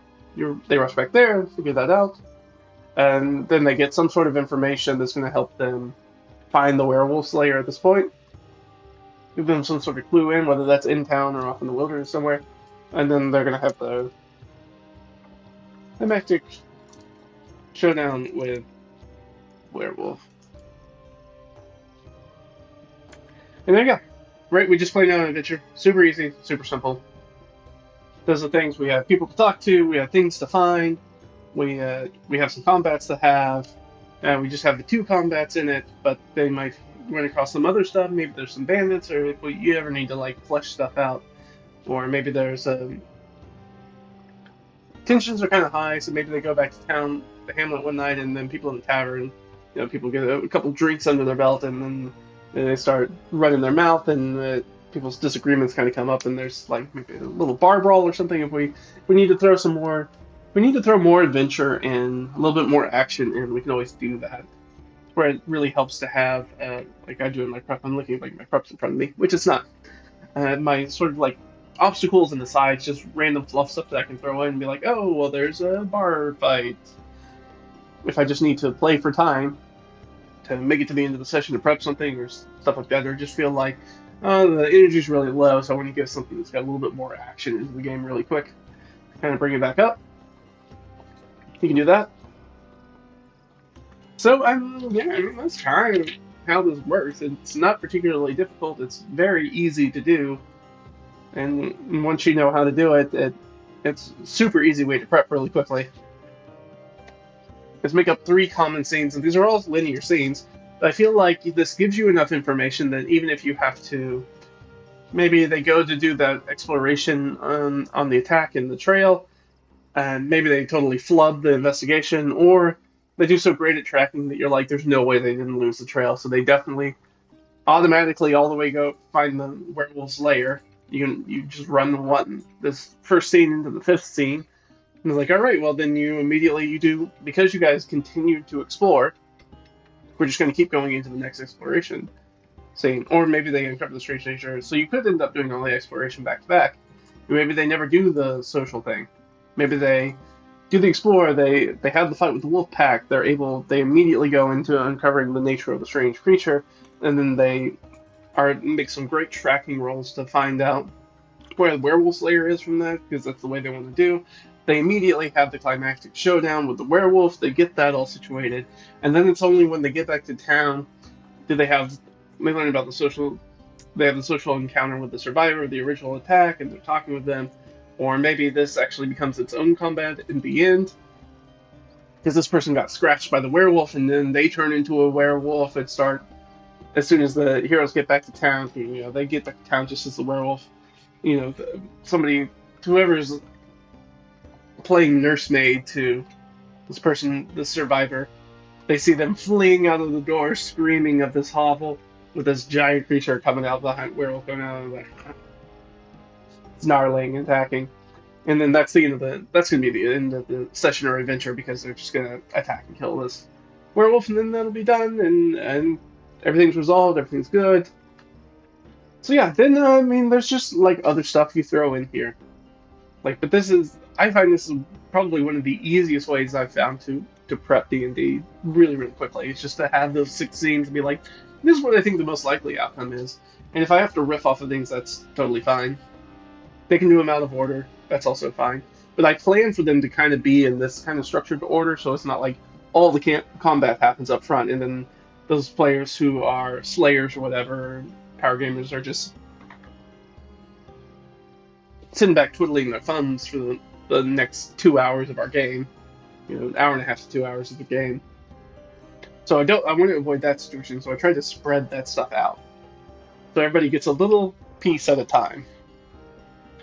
In the same way that you really don't want your social character to have to wait until the very end of the session, very end of the adventure, to get their scene. You want to stick to things that show up less common towards the middle. Make that the middle section. But yeah, that's sort of the idea here.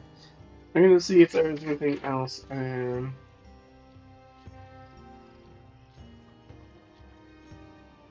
Yeah. So other stuff that's really useful for using this is pitching obstacles to your party's strengths and weaknesses. This is something that's kind of come up pretty often, actually, in the current campaign that I'm running, where everybody has chosen to play city slickers, and they are very much kind of out in the frontier wilderness, and so they really suck at doing survival stuff. They just do. Unfortunately, that's just not what anybody built their characters for, except for the one player who's playing a druid, who is unfortunately sort of on sabbatical from our campaign because they've got other stuff going on at our same game time. And so they are struggling without their druid who could help them with all the wilderness and forestry stuff. So that's been fun, but that is an example of how you pitch obstacles against their weaknesses. Oh, well, I'm just showcasing that for you guys, because you guys are not used to dealing with, you're not like outdoorsy people, just getting from one place to another without getting lost or hurting yourself is actually somewhat difficult, because that is not what your character's specialties are. And so we see that being showcased, where it's like, oh, well, if you had somebody who could do this, this would have been a very simple journey for you. But because of the player characters you chose to play, and the ones that were kind of left on the cutting room floor, I can find ways as a dungeon master or game master to pinch you guys a little bit. So if let's say you play in a group like my Sunday group that doesn't, well, I guess it's not a, no. So like in my Sunday group, we don't have a divine character. We don't have a cleric. So fighting things like the undead is actually relatively hard for party compared to a standard adventuring party, just because we don't have any like radiant magic or turn undead or any of those sort of things that are like paladins and clerics are very good at doing. So we don't have that. So if the dungeon master or game master wants to challenge us very quickly, they can just kind of throw an undead encounter at us, and we just have to mire our way through it. It also kind of comes with not having like a wizard in the party, so we don't have a super great control spellcaster, somebody who can help sort of manipulate the battlefield very much. We don't really have a ton of that. We've got a little bit of it between the three of us. Like each of our characters has stuff that they can do, that can control the battlefield, but not as competently as having somebody like a wizard would be able to do, who can throw up like walls of flame and stuff like that to make encounters very easy in some ways. So yeah, you want to, and it's very very classic, right? You want sneaky stuff for rogues, magic for mages, and what else do we have down here?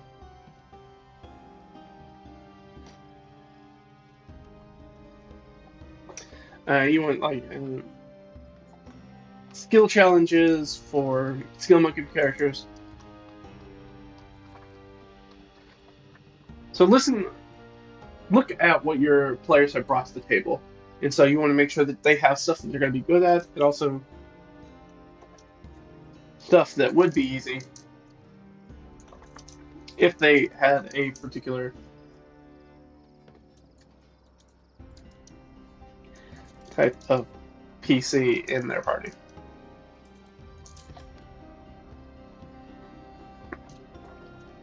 So a good example of that would be like having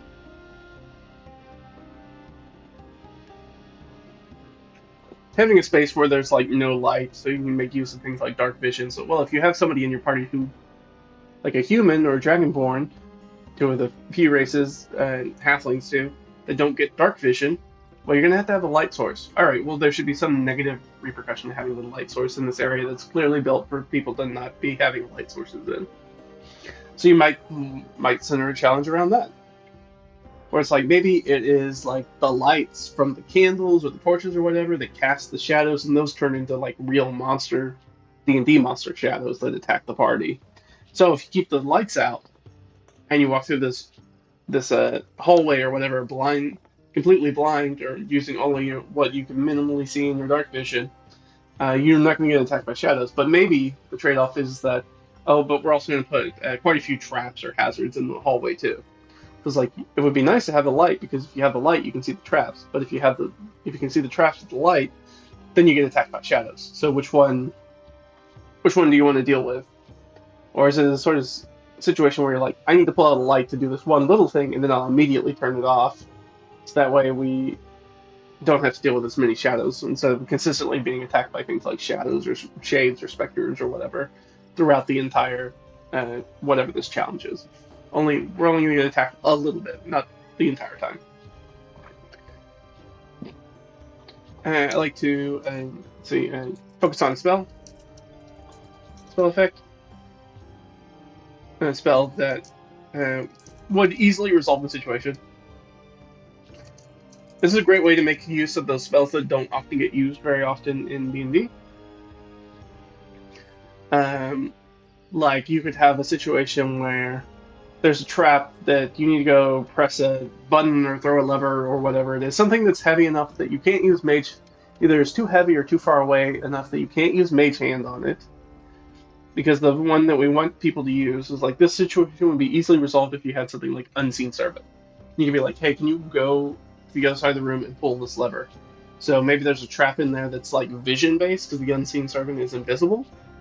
So it's like they can cast invisibility on themselves, but otherwise it's like kind of an open space, so there's not a place to hide. And maybe it's like eyes that shoot lasers or magic missiles or something that's obviously visually oriented.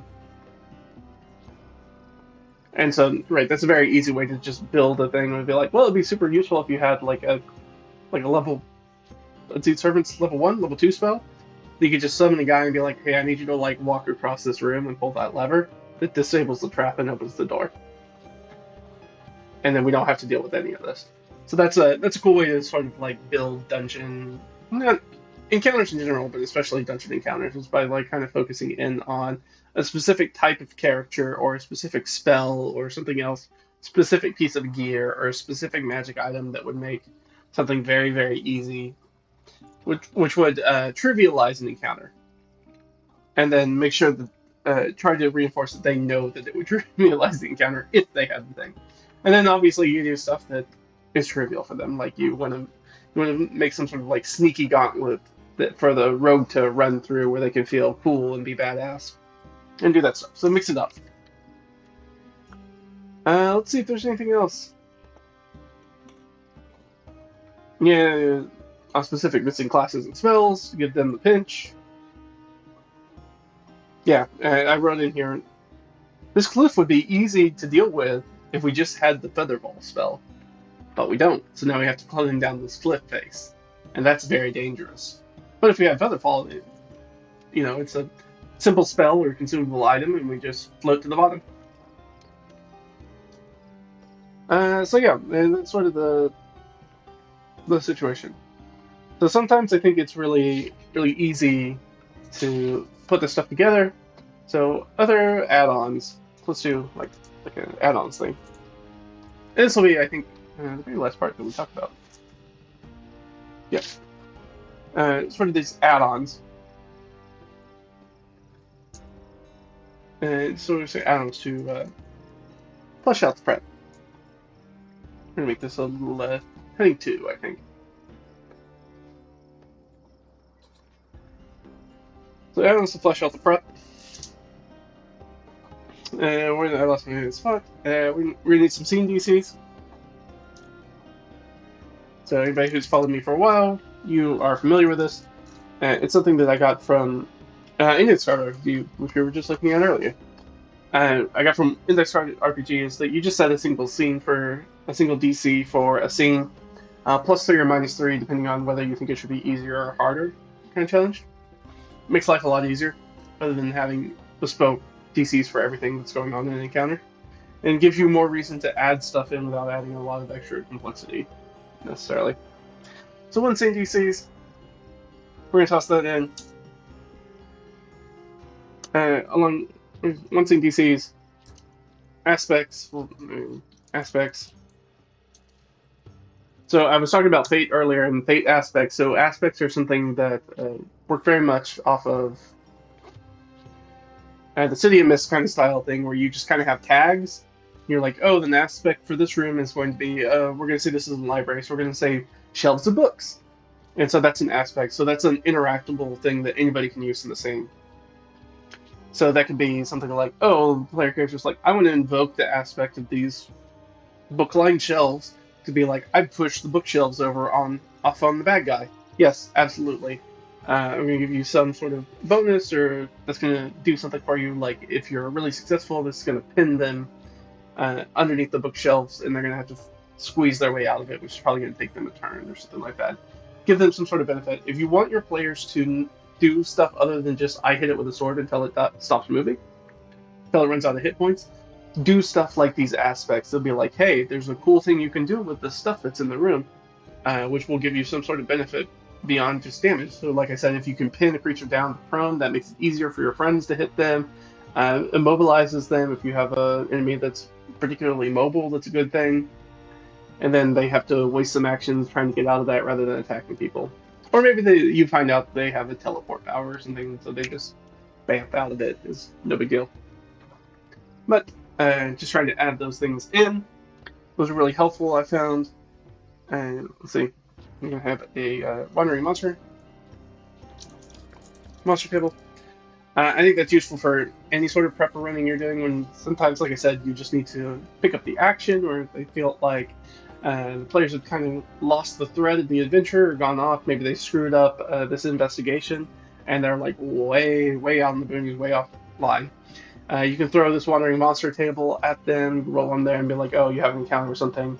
And hopefully through that, I'll be able to provide some clue as a dungeon master or game master to be like, hey, you guys need to turn around. You're going the wrong way. And kind of get them back on track as to doing things, kind of course correct them with that stuff. We also have loot packets. Another good thing to have, just some classic packets of like, here's some coinage you find. I have my pocket contents table that I use this stuff for, as well as maybe some sort of larger items, or maybe you want to add in some magic items if you want.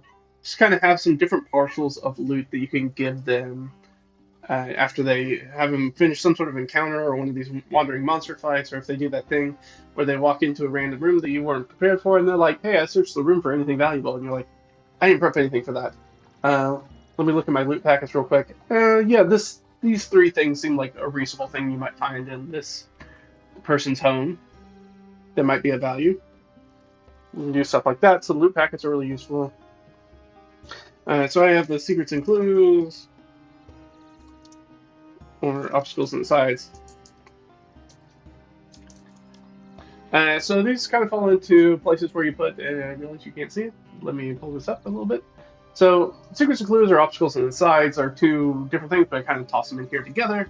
Secrets and clues kind of comes from the Sly Flourish Mike Shea side, where this is a way for you to like add lore, tidbits of lore that you want to look for opportunities to add into the game. I don't typically do that, but there are a lot of people who really like that style, so this would be a place to include that. I instead use obstacles and asides. These are basically like wilderness dressing or dungeon dressing, stuff that the players can spend a little bit of time interacting with, learning a little bit more, and it allows me to give them maybe some lore about the world, some setting information. So that's why I kind of put in the same place as secrets and clues. It's a way for them to diegetically learn about stuff in the world as they play and interact with stuff. And if they don't, they don't. It's also stuff like wilderness dressing. Like you see a very bucolic like overlook that's just it's just nice. Every once in a while, you're just like, yeah, this is a nice view. I'm glad we walked up here and took a moment to stop and look at this. This is nice. Have stuff like that, or a classic example from we were talking about Baldur's Gate 3 earlier. So Baldur's Gate 3 would be like when you first get to the Druid's Grove, the Druid Circle Grove. Emerald Grove? Is that the name of it? I can't remember.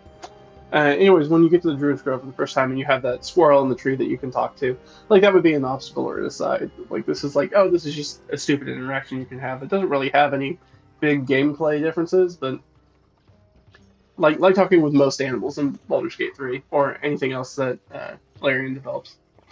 Usually doesn't give you any big information unless you talk to very specific animals in very specific locations at very specific times. And yeah, I mean that's pretty much it. So that's one sheet, right? Very easy. You put stuff together. Hopefully that's easy enough for you guys to follow. Kind of pick a particular player character you want to highlight in individual scenes. Like I might put, let's say that one. I could do this here, exploration. And let's say that I wanted to do. Let's say that we have a very classic party. We're like, okay, what do we want to do? So I think. Led by the exploration, uncovering the nature of the strange creature, that sounds like some wizard stuff. That sounds like wizard stuff. Exploration should definitely be like a roguey thing. Which roguey thing feels like the best? That was wizard stuff. Social stuff. Who's usually the talker in the classic party? I'd say probably the cleric. Yeah, especially if we're dealing with a survivor, that's sort of your cleric focus. You want to focus in on them. So maybe the survivor is actually a very religious person. Ask them, the cleric, to like pray over them and stuff. And start talking. That's when they open up with stuff like the werewolf curse and being able to talk about that kind of stuff because they can talk to a cleric. Who's going to be our big fighter? I think our fighter showdown is probably going to be this big last one. Because at this point, they should be having that climactic showdown. They should be having, like, a silvered weapon or something. Maybe only one person gets it. You give it to the fighter, and the fighter's got a big great sword, silver great sword, and so they can go toe-to-toe with the werewolf, and they can have their cool moment. And then let's say we got a rogue, right? Finding the werewolf's lair, that's a very useful one. Something they can do in the combat encounter, probably not.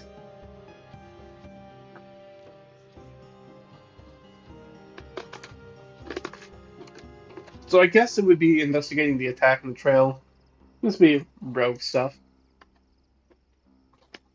So maybe they find out something that would be interesting to know about the attack. Like maybe the rogue is the sort of person who has seen a lot of people, seen a lot of dead bodies, seen a lot of attacks, and was able to pinpoint, it's like, oh yeah, this is clearly not done by man-made weapons. It looks like teeth and nails, or teeth and claws.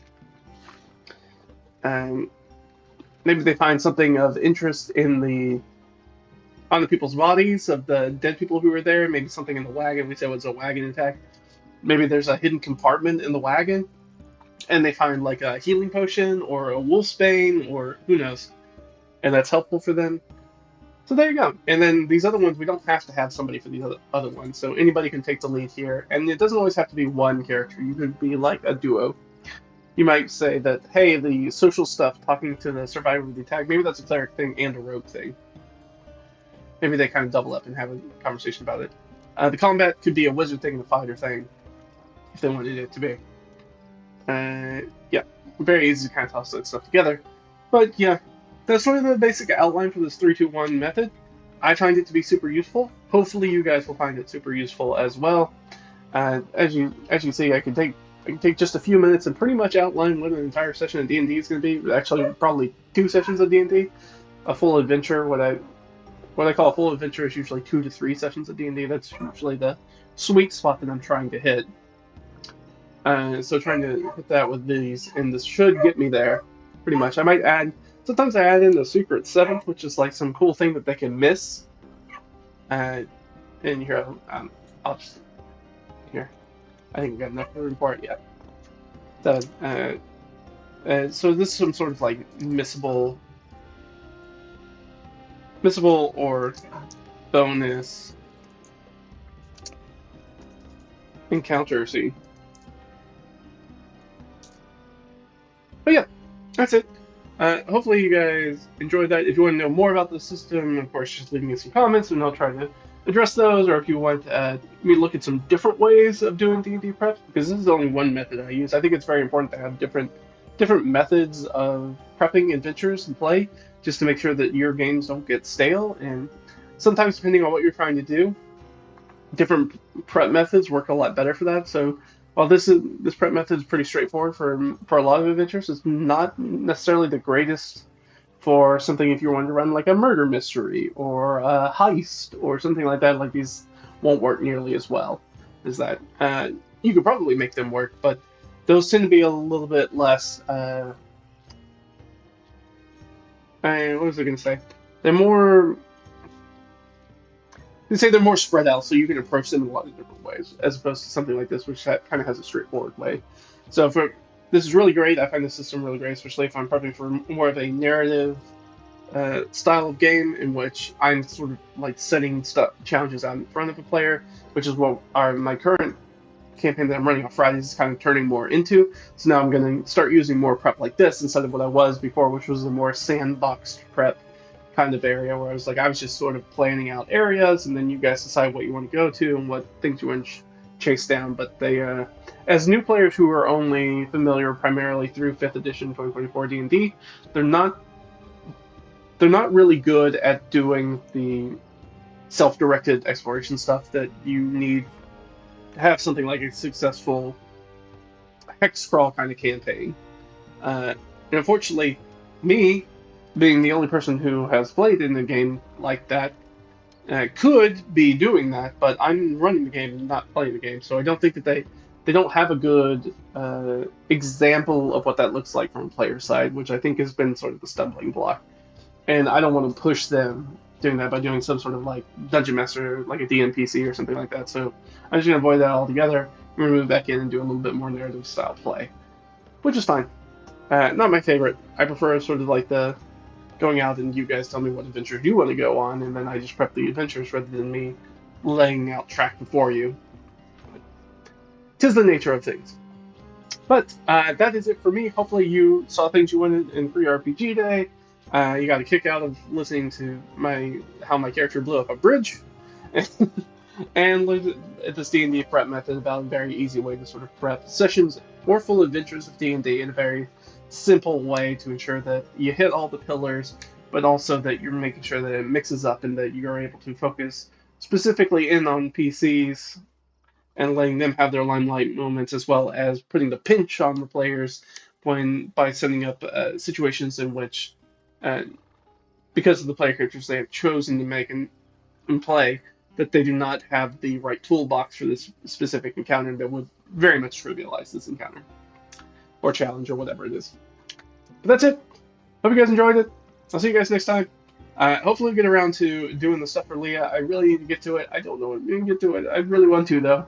I know that I really want to, like, really put a button on that and really get it figured out. I just need to sit down at this point. It's been so long, I'm going to have to rewatch the episode. That's how it goes. But that's it for me. I hope you guys had fun, and I'll see you guys next time. All right? Bye-bye.